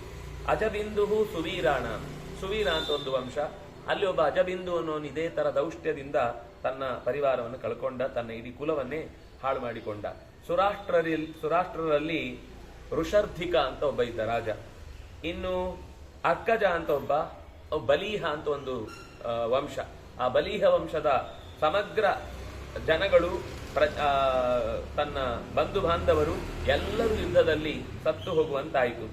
ಚೀನಾ ಅಂತ ಒಂದು ರಾಜವಂಶನೇ ಅದು. ಅಂದ್ರೆ ಆ ದೇಶಕ್ಕೆ ಅದೇ ಹೆಸರಿಗೂ ಕಾರಣ ಇರ್ಬೋದು, ಯಾಕಂದ್ರೆ ಅದು ಭಾರತಕ್ಕೆ ಒಂದು ಭಾಗವೇ ಆಗಿತ್ತು. ಚೀನಾನಾಂ ಧೌತ ಮೂಲಕ, ಅಲ್ಲಿ ಒಬ್ಬ ಇದ್ದ ಧೌತ ಮೂಲಕ ಅಂತ. ಆ ಧೌತ ಮೂಲಕನ ದುರಾಡಳಿತದಿಂದಾಗಿ, ಪರಸ್ಪರ ಅಣ್ಣ ತಮ್ಮಂದರ ಬಂಧುಗಳ ನಡುವಿನ ಜಗಳದಿಂದಾಗಿ ಆ ಚೀನಾ ವಂಶವೇ ನಾಶ ಆಗಿ ಹೋಯಿತು. ಅಂದ್ರೆ ಅದ್ರಲ್ಲಿ ಮತ್ತೆ ಯಾರೋ ಒಬ್ರು ಬರ್ತಾರೆ, ಅದು ಮತ್ತೆ ಕೆಲವೊಂದು ಸರ್ತಿ ಮುಂದುವರೆದಿದೆ. ಆದ್ರೆ ಒಂದ್ ಸರ್ತಿ ಇಡೀ ಡೆಮಾಲಿಷ್ ಆಗೋಗುತ್ತೆ. ಇನ್ನೊಬ್ಬ ಯಾರೋ ಅಷ್ಟೊತ್ತಿಗೆ ಕಾಣಿಸಿಕೊಳ್ತಾನೆ. ಅವನು ಹೋದ್ಮೇಲೆ ಮತ್ತೆ ಇವರಲ್ಲಿ ಯಾರೋ ಒಬ್ರು ಉಳ್ಕೊಂಡಿದ್ರೆ ಅವ್ರು ಮತ್ತೆ ಮೇಲೆ ಬರ್ತಾರೆ. ಹಯಗ್ರೀವ ಅನ್ನುವ ಒಬ್ಬ ದುಷ್ಟನಿಂದ ವಿದೇಹ, ನೇಪಾಳದ ರಾಜನ ಮನೆತನದ ಪರಂಪರೆಯಲ್ಲಿ ನಾಶವಾಗಿತ್ತು. ವರಯು ಅನ್ನುವಂತಹ ರಾಜವಂಶದ ವ್ಯಕ್ತಿಯಿಂದ ಮಹೌಜಸ್ ಅನ್ನುವಂತಹ ರಾಜವಂಶ, ನೀಪವಂಶದ ಹಾಗೆ ರಾಜವಂಶ, ಅದು ನಾಶವಾಯಿತು. ಬಾಹು ಅನ್ನುವರಿಂದ ಸುಂದರ ವಂಶ, ದೀಪ್ತಾಕ್ಷ ಅನ್ನುವ ವಂಶದಲ್ಲಿ ಪುರೂರವಸ್, ಸಹಜ ಅನ್ನುವವನು ಚೇದಿಗಳಲ್ಲಿ ಮತ್ತು ಮತ್ಸ್ಯರಲ್ಲಿ ಎರಡೂ ಕಡೆಗಳಲ್ಲಿ ಈ ಬಾಹು ಅನ್ನುವ ರಾಜನಿಂದಾಗಿ ಅವರೊಬ್ಬರು ಹೊಡೆದಾಡಿಕೊಂಡು 2 ವಂಶ ನಾಶ ಆಗಿ ಹೋಯಿತು, ಚೇದಿ ಮತ್ತು ಮತ್ಸ್ಯ. ಅದೇ ರೀತಿ ವೃಷಧ್ವಜ ಪ್ರವೀರ ಅನ್ನುವ ವಂಶಕ್ಕೆ ಸಂಬಂಧಪಟ್ಟವ, ಧಾರಣ ಅನ್ನುವನು ಚಂದ್ರವತ್ಸ ಅನ್ನುವಂತಹ ಮತ್ತೊಂದು ವಂಶಕ್ಕೆ ಸಂಬಂಧಪಟ್ಟವ, ಮುಕುಟ ಅನ್ನುವಂತಹ ವಂಶಕ್ಕೆ ವಿಗಾಹನ ಅನ್ನುವ ರಾಜನಿಂದಾಗಿ, ಶಮ ಅನ್ನುವ ವ್ಯಕ್ತಿ ನಂದಿವೇಗ ಅನ್ನುವಂತಹ ವಂಶದ ನಾಶಕ್ಕೆ ಕಾರಣನಾದ. ಹೀಗೆ ಎಲ್ಲ ಸರ್ವೇ ಹ್ಯೇತೆ ಕುಲಪಾಂಸನಾಹ, ಇವರೆಲ್ಲ ಕುಲವನ್ನೇ ನಿರ್ನಾಮ ಮಾಡಲಿಕ್ಕೆ ಕಾರಣರಾದಂತಹ 18 ಮಂದಿ ರಾಜ ಮನೆತನದ ರಾಜಕುವರರು. ನಾವು 19ನೇದಾದ ಎಕ್ಸಾಂಪಲ್ ಸಿಸ್ಟಮ್ ಅನ್ನ ಸೃಷ್ಟಿ ಮಾಡಬಾರದು ಅಂತ ನನ್ನ ಉದ್ದೇಶ. ನಾವು ಅದಕ್ಕೆ ನೋಡಿ ಪರಂಪರೆ ನೋಡಿ, ಮತ್ತೆ ಮೊನ್ನೆ ಹಳೆಯದಾದ್ರೆ ನೀವು ನೋಡಿಲ್ಲ ಗೀಡಿಲ್ಲ, ಮೊನ್ನೆ ಕೌರವರು ಏನ್ ಮಾಡಿದ್ರು ಅಂತ ನಾಳೆ ನಮ್ಮ ಬಗ್ಗೆ ಮಾತಾಡಬಾರದು. ಯುಗಾಂತೆ ಕೃಷ್ಣ ಸಂಭೂತಾ ಕುಲೇಶು ಪುರುಷಾಧಮಾಹ. ಹೇ ಕೃಷ್ಣ, ಈ ದ್ವಾಪರದ ಕೊನೆಯಲ್ಲಿ ದುಷ್ಟರೆಲ್ಲ ಅನೇಕ ಕುಲಗಳಲ್ಲಿ ಬಂದು ಹುಟ್ಟಿ ತಮ್ಮ ಕಾರ್ಯಭಾರಗಳನ್ನು ತೋರಿಸ್ತಾ ಇದ್ದಾರೆ. ಅನ್ವಯಂಚ ಕುರುಣಾಂ ಸ್ಯಾತ್ ಯುಗಾಂತೆ ಕುಲಪಾಂಸನ.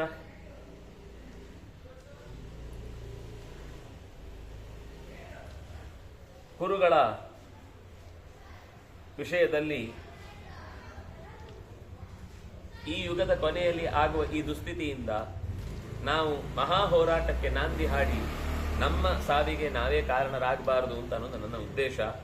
ದುರ್ಯೋಧನ ಕುಲಾದ್ವಾರೋ ಕುಲಾಂಗಾರೋ ಜಘನ್ಯ ಪಾಪಪೂರುಷ. ಅವನು ಕುಲಕ್ಕೆನೆ ಮಾರಕ, ಒಂದು ಇದ್ದಿಲಿನ ತುಂಡು ಇದ್ದ ಹಾಗೆ, ಯಾವುದಕ್ಕೂ ಅವನು ಉಪಯೋಗಕ್ಕೆ ಬರಲ್ಲ. ತಸ್ಮಾನ್ ಮೃದು ಶನೈರ್ಬ್ರೂಯಾಹ. ಅದನ್ನಾಗಿ ನೀನು ನಿಧಾನಕ್ಕೆ ಹೇಳು ಕೃಷ್ಣ, ದುರ್ಯೋಧನನಿಗೆ ಕೆಲಸ ಕೆಡುವಂತ ಆಗಬಾರದು. ಧರ್ಮಾರ್ಥ ಸಹಿತಂ ಹಿರಿಯಂ ಹಿತಂ, ಎಲ್ಲರಿಗೂ ಹಿತ ಆಗುವ ಮಾತೇಳು, ಅವರಿಗೆ ಇಷ್ಟ ಆಗಲಿ ಅಂತ ಅಹಿತವಾದ್ದನ್ನು ಹೇಳುವುದಲ್ಲ. ಏಷ ಧರ್ಮ ಸನಾತನ ಸತ್ಯಂ ಬ್ರೂಯಾತ್ ಪ್ರಿಯಂ ಬ್ರೂಯಾತ್ ನ ಬ್ರೂಯಾತ್ ಸತ್ಯಂ ಅಪ್ರಿಯಂ ಪ್ರಿಯಂಚ ನಾನೃತಂ ಬ್ರೂಯಾತ್. ಸತ್ಯವೇ ಹೇಳಬೇಕು, ಅಪ್ರಿಯವಾಗದಂತೆ ಹೇಳಬೇಕು. ಹಾಗೆ ಹೇಳುವಂತಹ ಚಾಕಚಕ್ಯತೆ ನಿನ್ನಲ್ಲಿ ಇರುವುದರಿಂದ ಕಾಮಾನುಬದ್ಧಂ ಬಹುಲಂ ನೋಗ್ರಮುಗ್ರ ಪರಾಕ್ರಮಂ.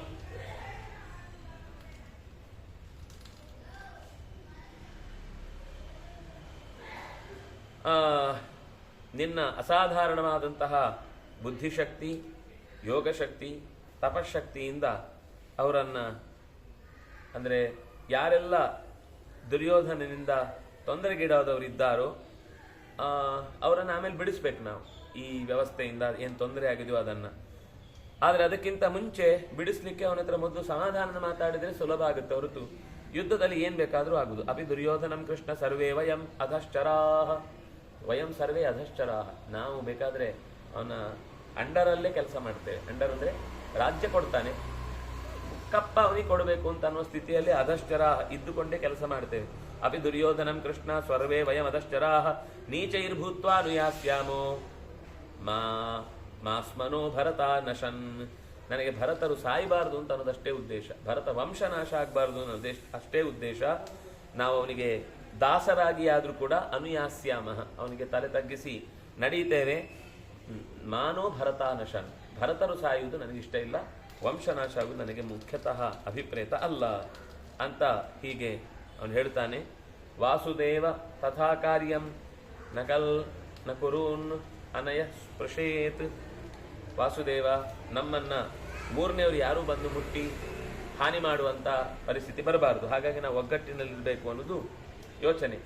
ವಾಚ್ಯ ಪಿತಾಮಹೋ ವೃದ್ಧೋ, ನಮ್ಮ ಹಿರಿಯನಾದಂತಹ ಧೃತರಾಷ್ಟ್ರನಿಗೆ ನಮ್ಮ ಕಡೆಯಿಂದ ನಾವು ಕ್ಷೇಮವಾಗಿದ್ದೇವೆ ಅನ್ನೋ ಸುದ್ದಿ ತಿಳಿಸು.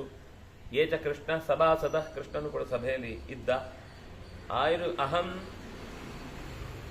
ಏತದ್ಬ್ರವೀಂ ಏವಂ ರಾಜಾ ವೈ ಸಂಪ್ರಶಾಸತಿ. ಅಹಂ ಏವಂ ಅಬ್ರವೀಂ ಏನಂ ಏವಂ, ನಾನು ನನ್ಗೇನು ಅಂದ್ರೆ ಸೌಭ್ರಾತೃತ್ವ ನಾಶ ಆಗಬಾರದು ಅಂತ ಅಷ್ಟೇ. ಸುಮ್ಮನೆ ಕಿತ್ತಾಡಿದ್ರು ಅಂತ ಮೂರನೇವರಿಗೆ ನಾವು ಕೆಟ್ಟ ಎಕ್ಸಾಂಪಲ್ ಆಗಿ ನಿಲ್ಲಬಾರದು ಅಂತ ಅಷ್ಟೇ ಹೊರತು, ಯಾಕಂದ್ರೆ ಅರ್ಜುನನು ಕೂಡ ಯುದ್ಧಾರ್ಥಿಯಾಗಿ ನಿಂತಿಲ್ಲ, ಅವನಿಗೂ ಯುದ್ಧ ಸುಮ್ಮನೆ ಮಾಡೋದು ಬೇಡ ಅಂತಾನೆ ಇದೆ. ಯಾಕಂದ್ರೆ ಗೊತ್ತಿದೆ ಎಲ್ಲ ಬರೋರು ನಮ್ಮವರೇ ಆಗಿರ್ತಾರೆ ಅಂತ. ಆದ್ರೆ ನನಗೆ ಯುದ್ಧದಲ್ಲಿ ಭಾಗವಹಿಸುವುದರಲ್ಲಿ ಏನು ಅರ್ಥ ಇಲ್ಲ.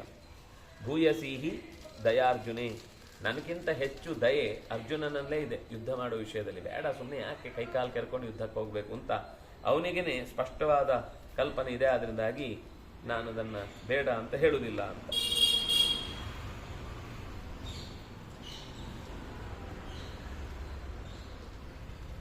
ಸಾಕು. ಶ್ರೀ ಹರಿಪ್ರೇತ.